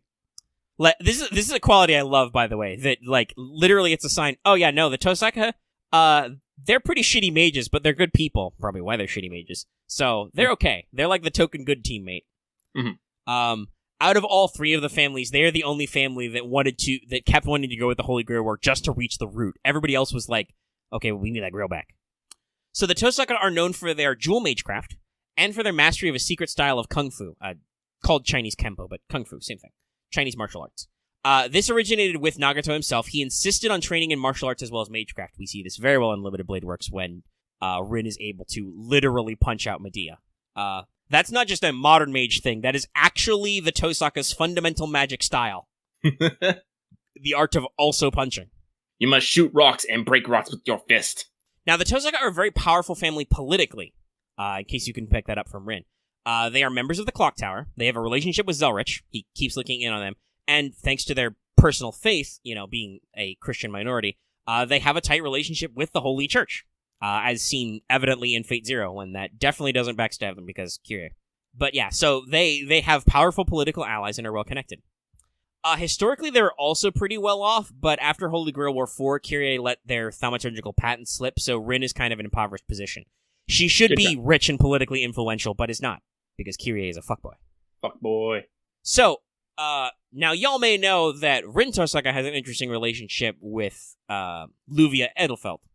What you don't know is this is because the Tohsaka clan has an interesting relationship with the Edelfelt clan, period. There's some family history here. It's great. Let me spin you some yarns, guys, because you might not actually know this. I'm pretty sure this only comes up in certain bonus materials.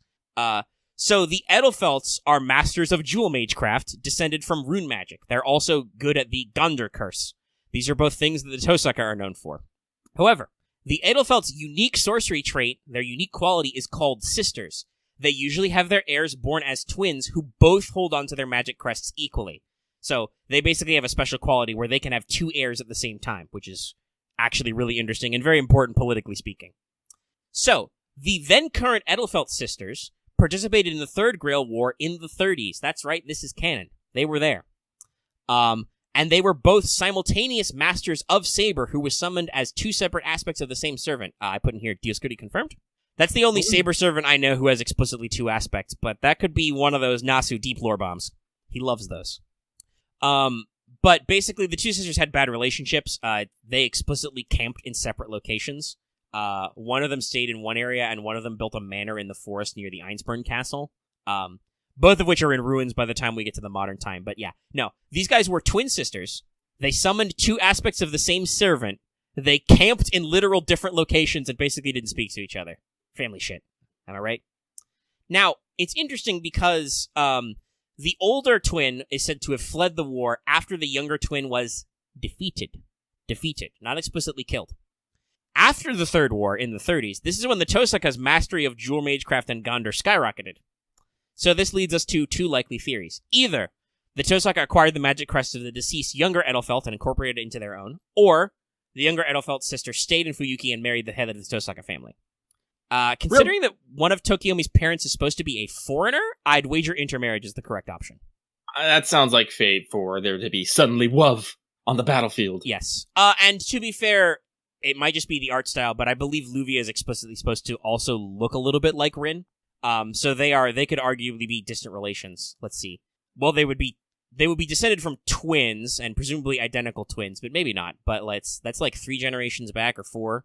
They're like double ultra cousins or something. Also, if Rin isn't one to go by, the Tohsaka aren't someone to kick someone when they're down. No, this is what we said. They will never stray from the path of righteousness. So if they beat up, it's like, all right, cool. I guess you can hang out with us until this is all over. Oh no, true love. Yeah. And like I said, one of Tokiomi's parents was supposed to be a foreigner.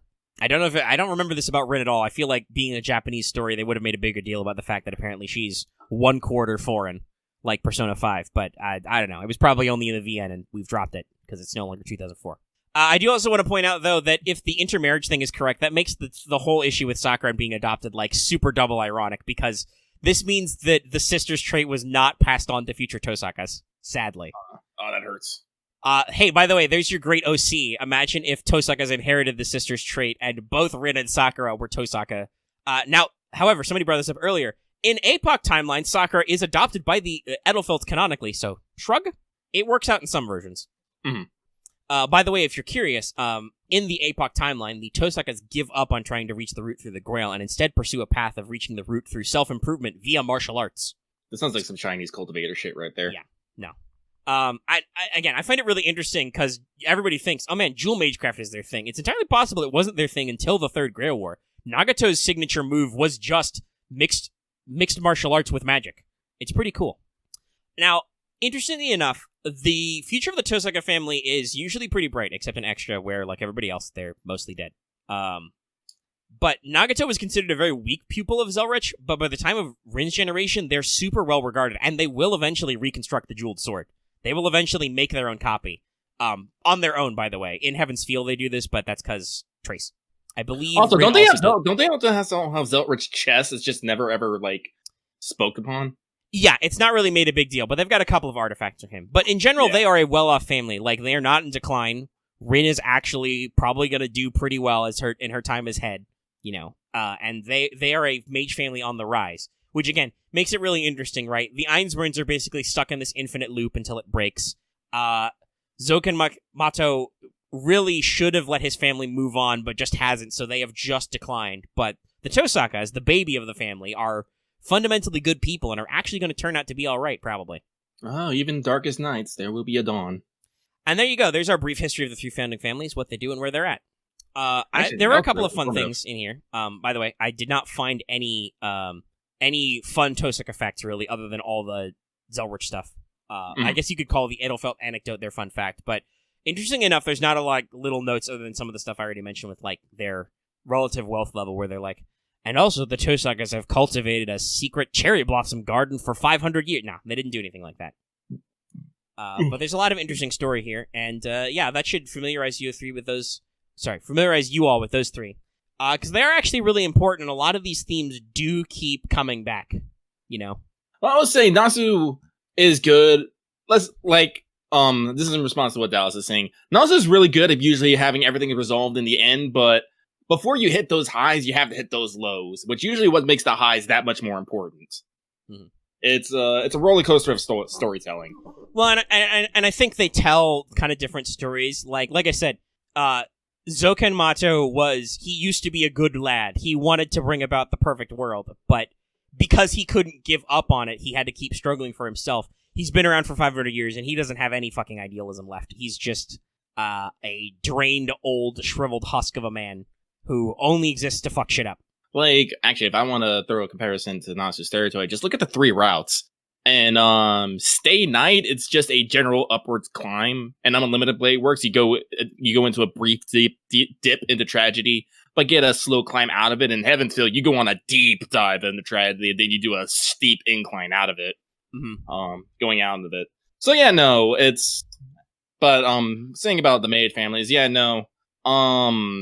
Yeah, I do think that's interesting. I never really thought about that because honestly, I did know stuff about the Einzbern and Innocent or anything about the Matos or Tohsaka, actually. I find it interesting. For the way they act, I felt like they'd be a much older family. Like, fucking, I mean, how many, like, new families would pull out the fucking snakes, the fucking Gilgamesh, the snakeskin from Gilgamesh, from the Epic of Gilgamesh? I think that's just to show you that, like, how much of on the rise the Tohsakas are supposed to be, right? Like, in that same war, the Einzberns hired a mercenary and had the Scabbard of Excalibur. Sorry, it's still late. Mm-hmm. I'm not always speaking good. It's almost midnight now. Mm-hmm. They had that dug up. When you read about them, you're like, oh, that makes perfect sense. These guys are a rich, independent family who's focused on one thing and have fuck tons of cursed gold. Now the Tohsakas are just money. Like, and before Tokiomi died, they had quite a lot of money. Like, they have a big fancy house. I mean, the fan base gives Tokiomi shit. This is like I said. Tokiomi makes some bad decisions. He does so because he expects other people to be acting in for the good, right? Like, he just thought that he was giving his daughter a chance to be the heir to a magic family. Nobody realized how fucked up the Matos were. Because, like I said, so people would have known Zolgen was supposed to have been a good guy. Yeah, he's been around for like 500 years, but he wants the root too and all that stuff, right? Yeah. And he's like, blang, yes, I want the root. Yeah. Give me a child. I mean, if people are obviously evil, they're not very good at being evil, yo. No, and it's interesting, they talk about how, like, without the intervention of Tokiomi, like, the Matos would not have secured an adopted heir because everybody would have thought them too prideful. Not too evil, too prideful, right? Mm-hmm. Like, yeah, so, like, I don't really throw any bones about him. Yeah, it fucked up horribly, but he thought he was doing his kid a solid, you know? Same with a lot of his interactions with, you know, like, with Kyrie and other people, like, even with Gilgamesh, right? Like, yeah. He's trying to be an okay dude. And obviously that doesn't work for Gil, because Gil's, as an archer, Gil is kind of a dickhead. Kinda. Yeah, I mean, in Fate Stay Night and Fate Zero, he's an absolute dickhead. His dickhead levels are very high. I feel like Gil is less of a dickhead the more dead inside you are, because, like, Kyrie is completely dead inside, and honestly, Hakuno's kind of dead inside too. That's when he's his most broy with those people. But, like, if you're like a fully fledged human being, like Tohsaka Tokiomi, he's like, man, dude, you're like harshing my buzz. You should go out and, like, have some more fun as a human man. And he's just like, no, honorable Golden King, I just wish to seek the Grail to do the cool thing with the magics. And Gil is just like, oh my god, this guy's so boring. He sucks up real good, but he's so boring. Kyrie, do you agree? Isn't this guy super boring? To be fair, Gil was also technically chaotic good. So Gil, I believe the best way to say it is very much in defiance of anything all-powerful, I guess it was. Yeah, no, like, it's just one of those cases where his personality obviously did not mesh with Tokiomi's. Yeah. Like, again, this would be pre-Evil Goo. Like, also, I mean, canonically, supposedly, the Evil Goo didn't do anything to Gil because he's that much of an asshole. I think the story makes a lot more sense if it did do something to him, because Fate Stay Night Gil is basically not the same character as other Gils. Like, to be fair, Gil did spend, like, a fuck ton amount of time in the Rumen world and saw a bunch of shit. It's true. But still, like, it's interesting that they go out of their way to be like, he is definitely super unchanged. Anyway, we've written him completely different, and we won't ever revise the character. It's one of those weird writing quirks. So we can't rewrite Archer, but here, have Castergill. He's much cooler. Yeah. And I think, honestly, Castergill is an attempt to, like, introduce some of the other character development that they did with Gil and stuff, like CCC and whatnot. Again, because CCC is not accessible. Like, if Gil was in the CCC Extra event, he'd probably be okay and cool, even if he was an Archer. But he's not. Actually, they did a lot of turning things on their head. Why didn't they sneak Castergill into CCC? Did they do that in, like, manga? I know Ishtar's in the manga version. That would be funny. Castergill in CCC would be like 10,000% done with this shit. But yeah, no, Gil's not a good guy usually anyway. Oh, he's one of the wanted quests. Of course he is. That's pretty funny. But yeah, I honestly, I think it makes sense why Rin is, because Rin doesn't give a shit about the root. She's just like, I want to win the Grail War because that's the family thing. And then she's like fundamentally a normal, functional human being for the most part. Like, Gil would probably find Rin very human and just be like, okay, cool. Hey, you're gonna... And he would be like, I don't want to do it. Solve your own problems. And Rin would be like, all right, fine, asshole. Crack knucks. Do a kung fu kick. And Gil would be like, oh shit, cool, sweet. So that's pretty baller. I must add you to the collection. In that case, though, Gil would still be hard countered by the wombo combo of Shiro and Saber somehow. But yeah, so... I think there are a couple of really interesting things. Like, in my mind, I always thought of the Tohsakas as the least asshole family. I did not realize until I did this research that, oh no, Nasu is literally intended them that way. Zelrich is like, you guys are cool. You won't ever break anything, but you'll stay cool and be good boys and girls. And I'm like, wow, that's just explicitly spelled out. Neat. I think the only other thing was just reading more about, like, the timeline and, like, I knew Zolgen has been around since the first Grail War. I didn't realize that he was already like 300 when that happened. I was like, wait, what? This motherfucker is how old? Well, no wonder he's such a shriveled up prude of a man. The dude just can't let go. It's his fatal flaw. He can't let go. Well, I mean, you say that, Ark, and yes, it's interesting. I didn't note it anywhere, but apparently the Einzberns have a very negative opinion of the Japanese, especially after losing all those Grail Wars. It is also fair to note that, like I said, the Tohsakas are not necessarily like a pure-blood Japanese family. They've lived in Japan a while, but they were concealed Christians, and like I said, one of Tokiomi's parents was a foreigner, so it's interesting how these things kind of shake out with like different color commentary on Japanese culture. I wouldn't even say that the Matos are traditional Japanese. They came in from Russia, so clearly there's been some mingling of the blood, but... That said, their original name was Makiri. Mm-hmm. Like, I don't know. That said, there are some points, and Japan and Russia have fought a few wars over some of the islands, so, like, there was probably some touch and tips that got shared and then they decided to move to Fuyuki to do the Grail War thing. Mm-hmm. Or may even have moved there before, I'm not actually sure. I didn't find any specific timeline reconstructions. It would be funnier if they moved to Fuyuki first and were just chilling there for, like, 200 years before the Tohsaka emerged, but I don't know if that makes sense with the timeline. They may have just been nomads for a couple hundred years. Also, I'm not going to necessarily say I feel like the Einzberns are evil. I feel like I want to say they're more desperate. Yeah, so, like, as a family, the Matos are not evil, but Zolgen has definitely become a villain, a legit bad dude. Yes. The Einzberns are just asshole mages. They are just like, we have the third magic, we want it fucking back, and then everybody in the world is like, no, stop it, no, and they're just like, oh my god, can we just get our fucking cup rock back? Guys, come on. We've been doing this for 1,000 years. Give me the fucking magic rock. And you're like, no, stop it. Bad rock. Fuck.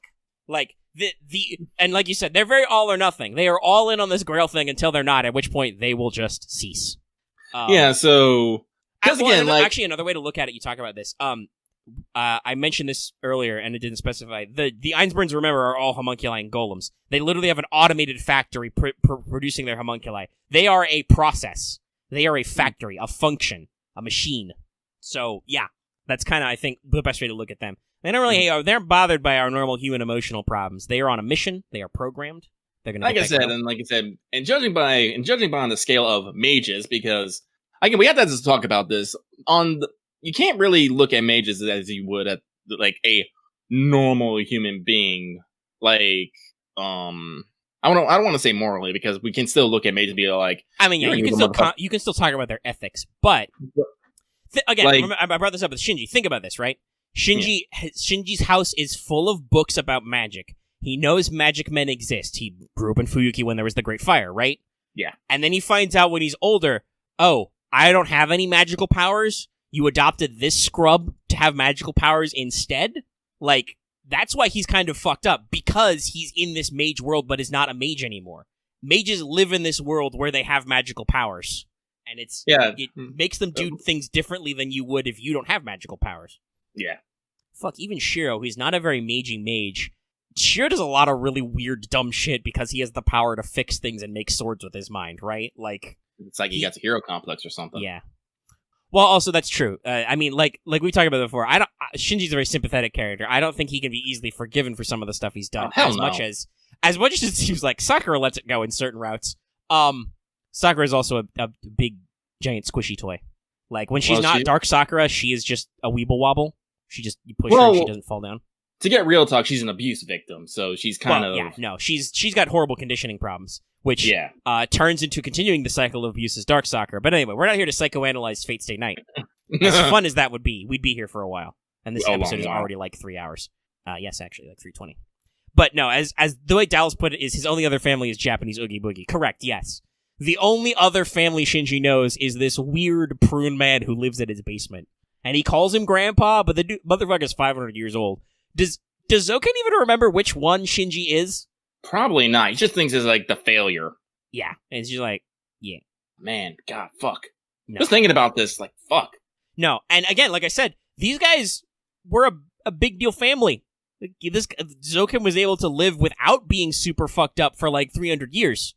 Hell, if it wasn't for the creepy invasive part, the crestworms are, as a, like, magical science, that's a pretty big breakthrough. This dude can just be like, hey, you got magic circuits now.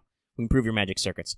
They cause your magic circuits to grow, and if you don't have magic circuits, they will act as artificial ones for you. Now, unfortunately, they feed on your natural body's magical energy that you have to produce, so things are a little freaky-deaky. But, like, if he was not an evil scientist and tried to perfect this process, he could probably have made it less fucky, but he's too busy trying to, fuck a magic rock lady.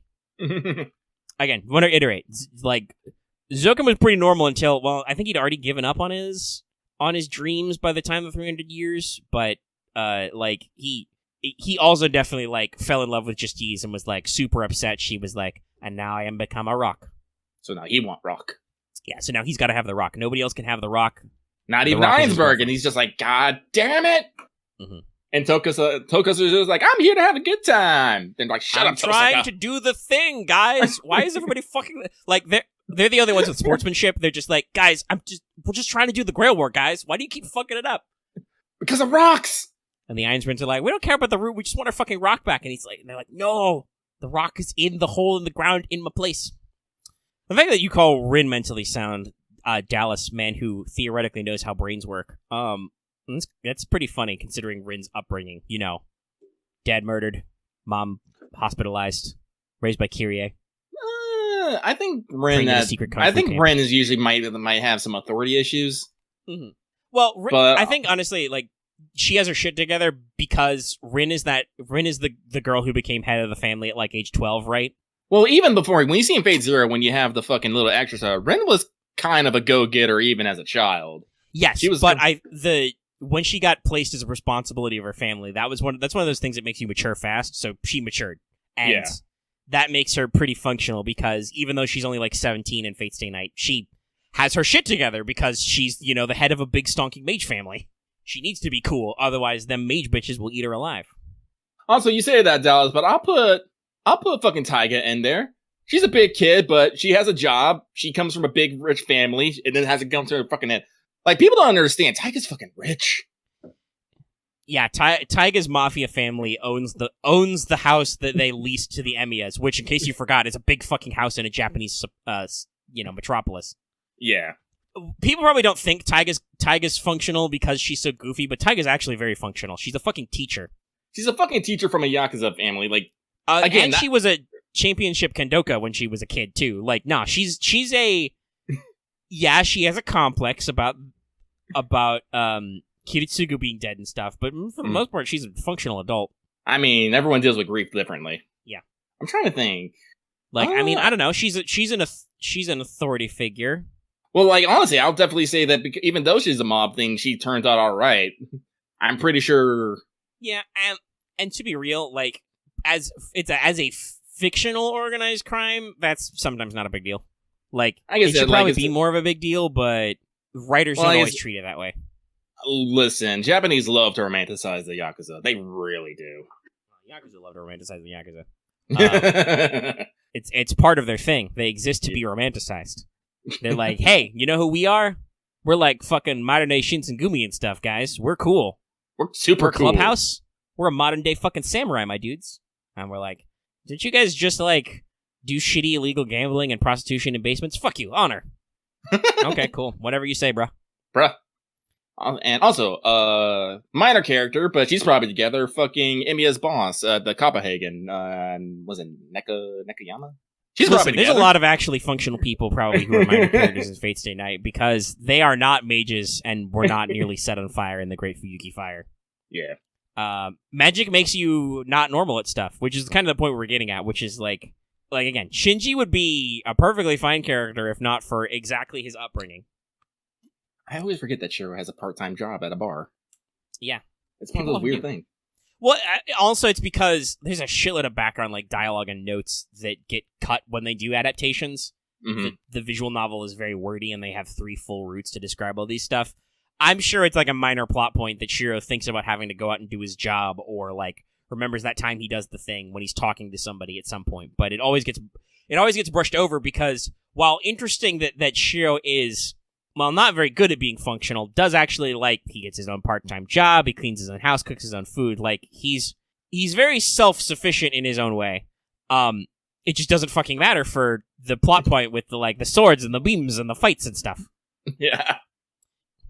Well, I mean, that would work out great if he got together with arguably Rin or Sakura, because they're both rich ladies with big houses. Again, there are no adults who work in either the Tohsaka or Matou families currently when we see them in Fate Stay Night. They still have huge fucking houses that are not, like, completely collapsed or anything. And as far as we know, they do not have magic maids like the Einzbern to maintain their fucking castle.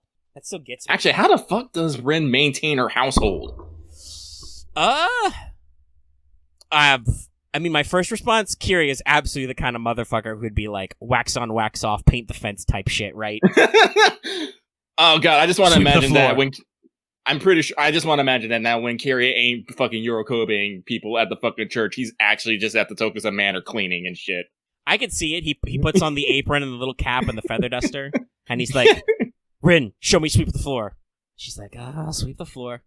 Because, again, he does technically have guardianship, and... like I said, no one called him out for being, abusive or neglectful. Just kind of stupid with finances. Yeah, no, and that was just because he didn't know what the fuck he was doing and didn't care. Like, he wasn't interested in preserving the Tohsaka's money. He was like, all right, I'm the guardian of Rin. That's super fucking funny, considering I stabbed your dad. But he also wasn't like, I'm gonna screw this kid up for funds. He was like, well, I better take responsibility for that thing I done did. Yeah, no, talk shit about Kyrie. He's a man of values, his own personal values, but values nonetheless. Well, he's a good dad to Rin. He is a deadbeat dad to his own tiny daughter child, so much so that she's used as a magic demon detecting stick by the Holy Church. By the way, the way she detects demons is by getting horrifical stigmata or gets thorns in her body or gets possessed or whatever. Yeah, but if I remember correctly, he abandoned them very early. Well, also, to be fair, his wife straight up killed herself. She was like, hey, I know we're in love and stuff, but also I'm super frail, and you're holding yourself back, my dude. You need to not worry about me and my frailness and just need to manage your own life. So I'm just gonna die, bye. And then Kyrie was set on the path to the future. Yeah, Dallas, maybe there's some weird parallels there or some shit. I could see that. That is absolutely a direct parallel. Dallas was he's like Kiritsugu. No, accurate. Though, to be fair, Kiritsugu was forced to be separate from his original kid. We can see this in Prisma. There's a lot of... I know we talk about how we don't really...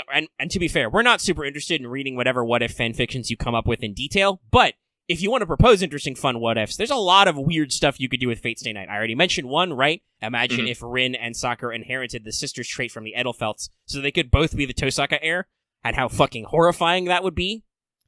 Imagine what kind of Sakura you'd get. Would she be like Sun like her big sister, or would she be like the squishy, adorable baby sister? She'd be the adorable squish who could kung fu your ass through a fucking wall. Like, remember, but also somehow, despite the fact that she would be, like, physically stronger than her big sister, Rin would be like, are you talking shit to my sister? And, like, punt you through the wall. Like, Rin would definitely be the super overprotective older sister. Like, if I remember correctly, like, Sakura's still, I think, the ace of the after Shiro left, is the ace of the Kyudo club. Yeah. So, she... Which, hey, by the way, drawing a bow takes upper body strength. Spoilers. Yeah, I do. But yeah, another fun what if Kiritsugu was actually able to go back to the Einzbern lands and get Ilya? Like, think about that. Like, you know, he tried. He wasn't able to because of magic blocks, but yeah. Yeah, no, after he destroyed the Grail, the Andros were like, fuck off you! And he was weakened by Angermanu, so it was like, he was not physically able to do the thing. Yeah, no, like, again, no. Like I said, the lines between Kiritsugu and Kiryu are interesting and direct. And like you said, like, yeah, they're direct, they're not subtle. They have a fight in Fate Zero where they literally do the room mirror thing, right? They do the spin shot. They're supposed to be foils to each other. Yes. Interesting. The boob is hide her strength.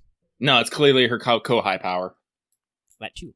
But there, you know, there's our fun ones. We already talked about the Tohsaka sisters. Shiro as a little brother. Now just figure out some way to unfuck Shinji. What if I mean, seriously, Matou Kariya didn't explode and die and could actually be like, Shinji, you don't have to be a fuckboy. It's okay. I mean, just what if fucking Zolgen like came up with some other plan besides hoarding his fucking crest? Listen, like, there's a lot of way to be evil. Let's try some lesser ones here.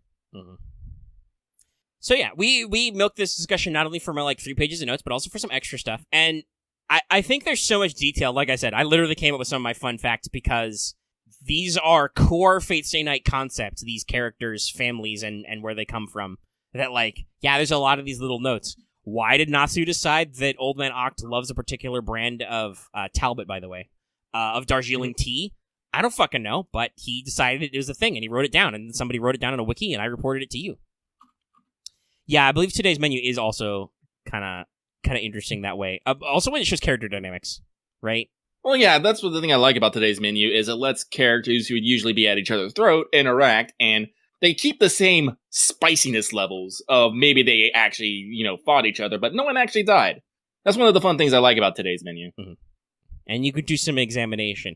And it's very funny, but also a little weird if you think of it, because, Ku, I believe that. Ku never really wanted to punch nobody, really. Maybe Archer, maybe Emiya, right?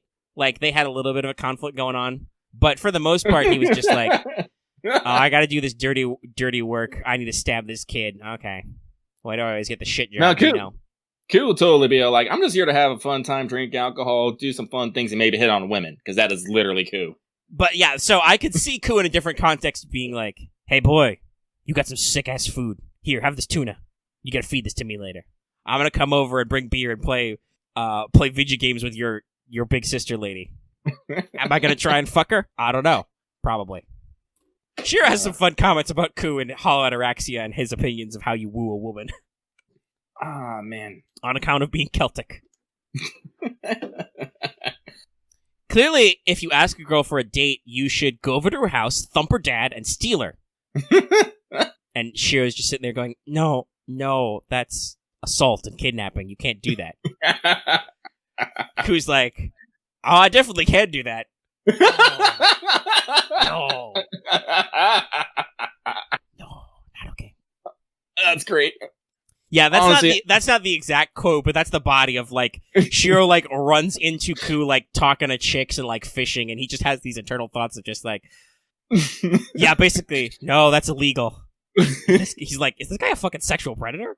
Is this okay? I guess he's a bajillion years old, but fuck, dude. Listen, the slice of life face stuff is some of my favorite stuff, just because it's so weird to have mythical historical characters in modern world and just having their mindsets in here. Just like, wait, no, stop. Like, Stop honestly, down. as weird as Saber is, she's probably very functional in the modern world because she's just like, I'm here to eat. All right, you guys got great food. Food's great.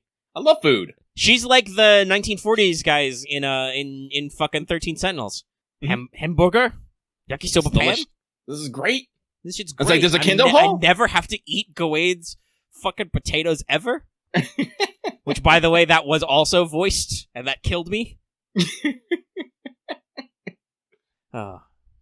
Yeah, I don't remember much about Tiger Coliseum, but it was a fighting game, so it had that weird, we need to have the possibility that all our characters can be here at once and have a fight combo. I also believe it was less serious than Unlimited Codes, the other Listen, fighting game. It's called Tiger Coliseum. It involves Taiga. Yeah. Was the joke that it was supposed to be an adaptation of the canceled Taiga Root? Probably. That's one of those things, right? Originally, Taiga and Ilya were supposed to be full-blown routes. They had to be cut for time. Yeah. Listen, Natsu, if you're gonna go re-examine and maybe remake fucking Fate Stay Night, maybe, which, could be or could not be called basically almost your magnus opus work. That'd be alright. Certainly, I feel like it's the most popular and most financially successful. And also, like I've said before, I would not be averse to him taking a rewrite pass. Like, even if he didn't add more routes, like I think Lucky was leading to suggesting. Like I said, there's some stuff that's just kind of confusing and inconsistent with later lore, but because it's in the OG Fate Stay Night, and it's like, Nasu's not gonna, like, issue an erratum, it's still a little, like, weird. Well, I mean, so, Dallas, they do that functionally in the PS2 versions anyway. Like, and in the mobile versions, they skip the sex stuff, or imply it heavily. Oh, wait, Dallas, what do you mean, please cut out the sex scenes or have sex, either or? What is this, I think he's talking about how badly written the sex scenes are. They're not great in terms of textual context. Well, like I said, honestly, I don't think they could necessarily cut out the sex scenes now, but probably write them better. They did in the mobile version. Like, you I know, could but release an all ages version. That said, I still haven't seen it. I'm about to say, like, Heaven's Feel 2 is just almost has a straight up sex scene with like Sakura. Heaven's Feel 2 acknowledges it, but also that's actually, like, oddly enough, that's way more important to the plot than any of the dumb forced plot sex. Well, yeah, I guess that's true. It's like no. That's what I would say. No weird sex just for the sake of sex. Let sex actually have the damn meaning in the fucking. So it's interesting how this goes. I believe the order of the 3 routes is also the order of how much banging is in them. Like in Fate, there's not a lot. Like I think they do it like once, and then also they hang out in the bathtub together, and it's really awkward. In Unlimited Blade Works, they also bang at least once, but I think have like a couple of other tense moments. And also, the sex between Rin and Shiro will be fucking awkward anyway because they're both 17-year-old virgins. They don't know what the fuck they're doing. Do you think Rin's read a porn magazine ever? Never. Neither is Shiro. They have no idea what the fuck.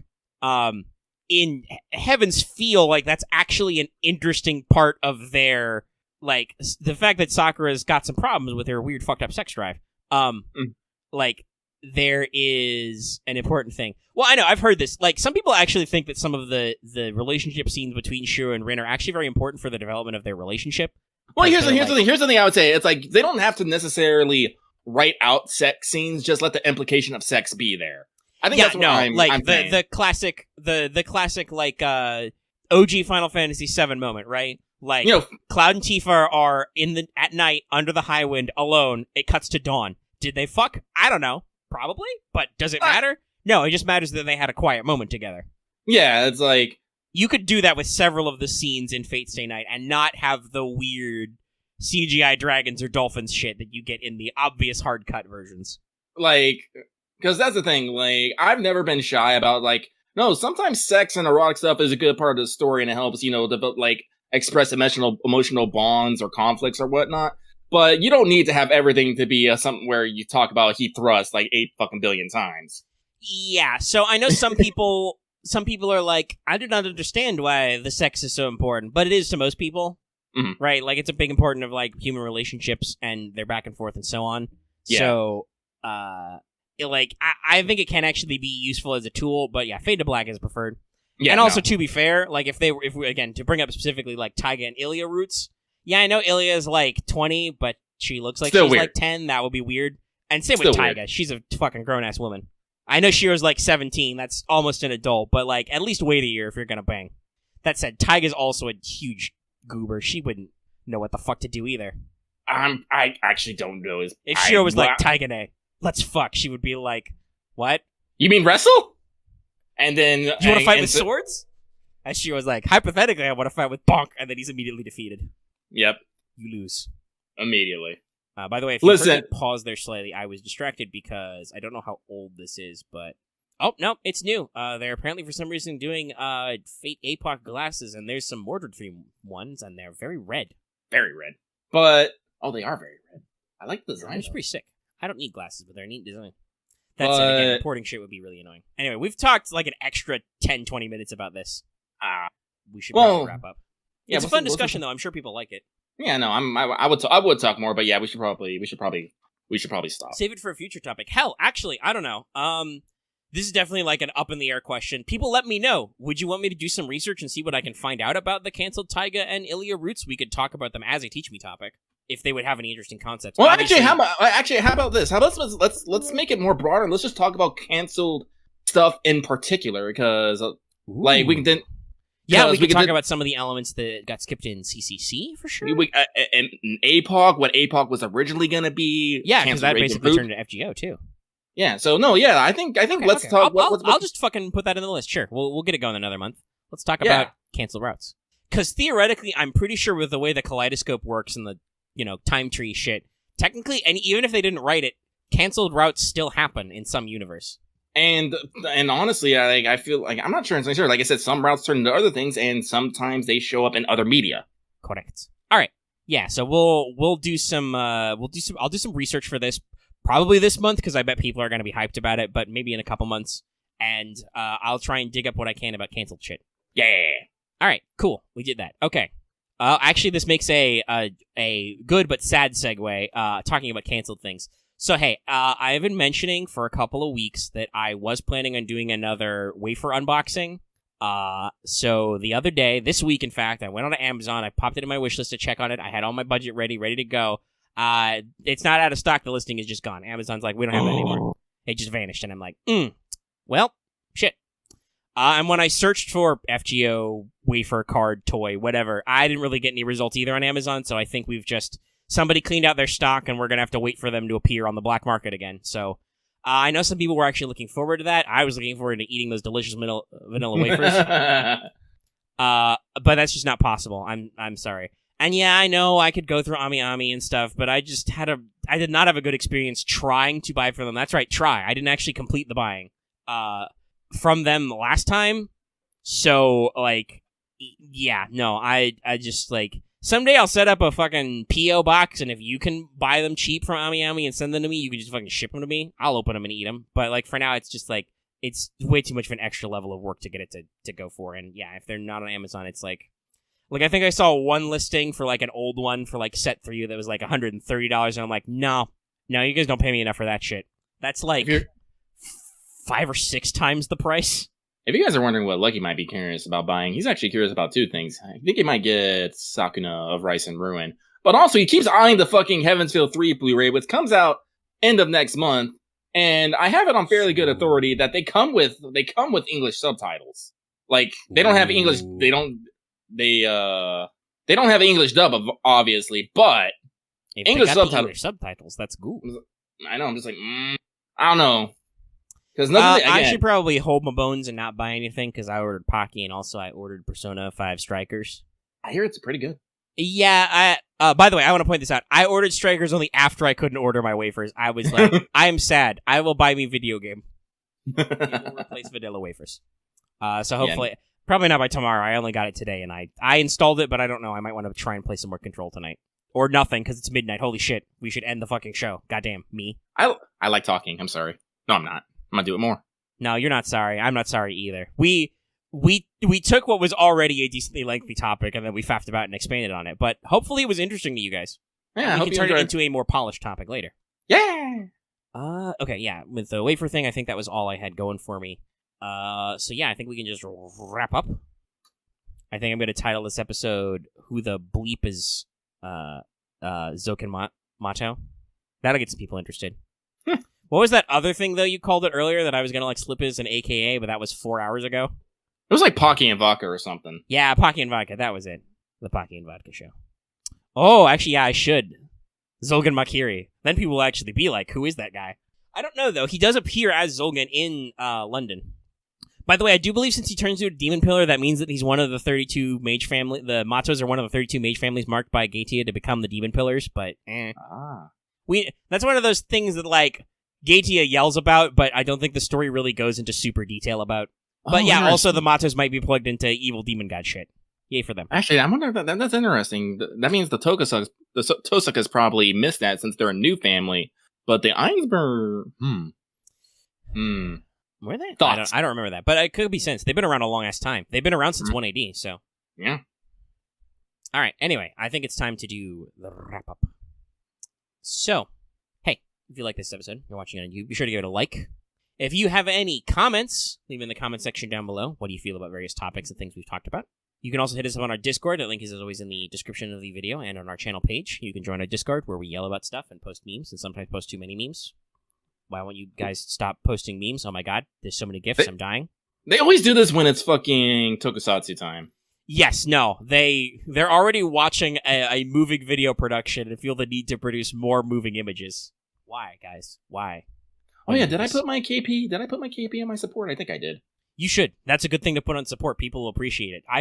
Again, like I said, I don't really mean to go nuts on the like Scotty conspiracy, but like legit, I have heard more people than ever complaining about bad support setup takes this event. So think about some stuff, guys. Oh, Architect says I did put her on my support. Okay. Yeah, thumbs up. Hey, if you want to get more of me yelling about the Scotty conspiracy or more of that thing we did where we just talked about nothing for the last 40 minutes, subscribe to us. Hit that subscribe button. You'll get all of our latest videos and many more. Future Wanted, When I Do Wanted, got some other stuff in the pipe. Check out other videos we got going on. Be sure to hit that bell for notifications so you always know when we post a new video because, you know, there are times when Omega has to post a Wanted 2 days early at like 11 o'clock at night and he doesn't know what he's doing. Notifications are good for that. You can also join our channel. Our memberships are below. And obviously, like I said, we don't have anything really crazy to do. It does support us financially, especially right now when we can't stream. And you do get access to emotes that Lucky did draw. So if you want to, shout out to your Lucky, join our membership. Get a cool star. I feel like Sky Conspiracy should be some sort of fucking shirt. And, of course, like it said at the front of the show, you can consider supporting us on Patreon. You get access to this episode in audio format early for as little as $1 a month or $10 a year. And it really helps us out and supports us getting stuff and things going on. And we do got a new month coming up. Obviously, it's now it's technically the 27th. Don't worry, it's still the 26th here. I'm in the past. Space time. So like if you're listening to this episode live on like a Saturday or Sunday, well not live, but you know what I mean. Maybe wait a day or two just to be safe so you don't get double charged. But like we got a new month. If you want to get on polls for Fan Servant Friday, don't know what the theme is, I'll make some shit up. We made up a whole new topic and Teach Me, so there'll be a poll about that. So at the 5 and up level, you can, answer those polls on Patreon and have other fun stuff, like listening to the show live. You could have watched Lucky stream some FGO in there. Okay. I think that's everything. All right. That's everything. You have anything you want to say as we enter 3 hours and 50 minutes? Oh, too bad we didn't hit 4 hours, but as a final thought, Pocky Bomb.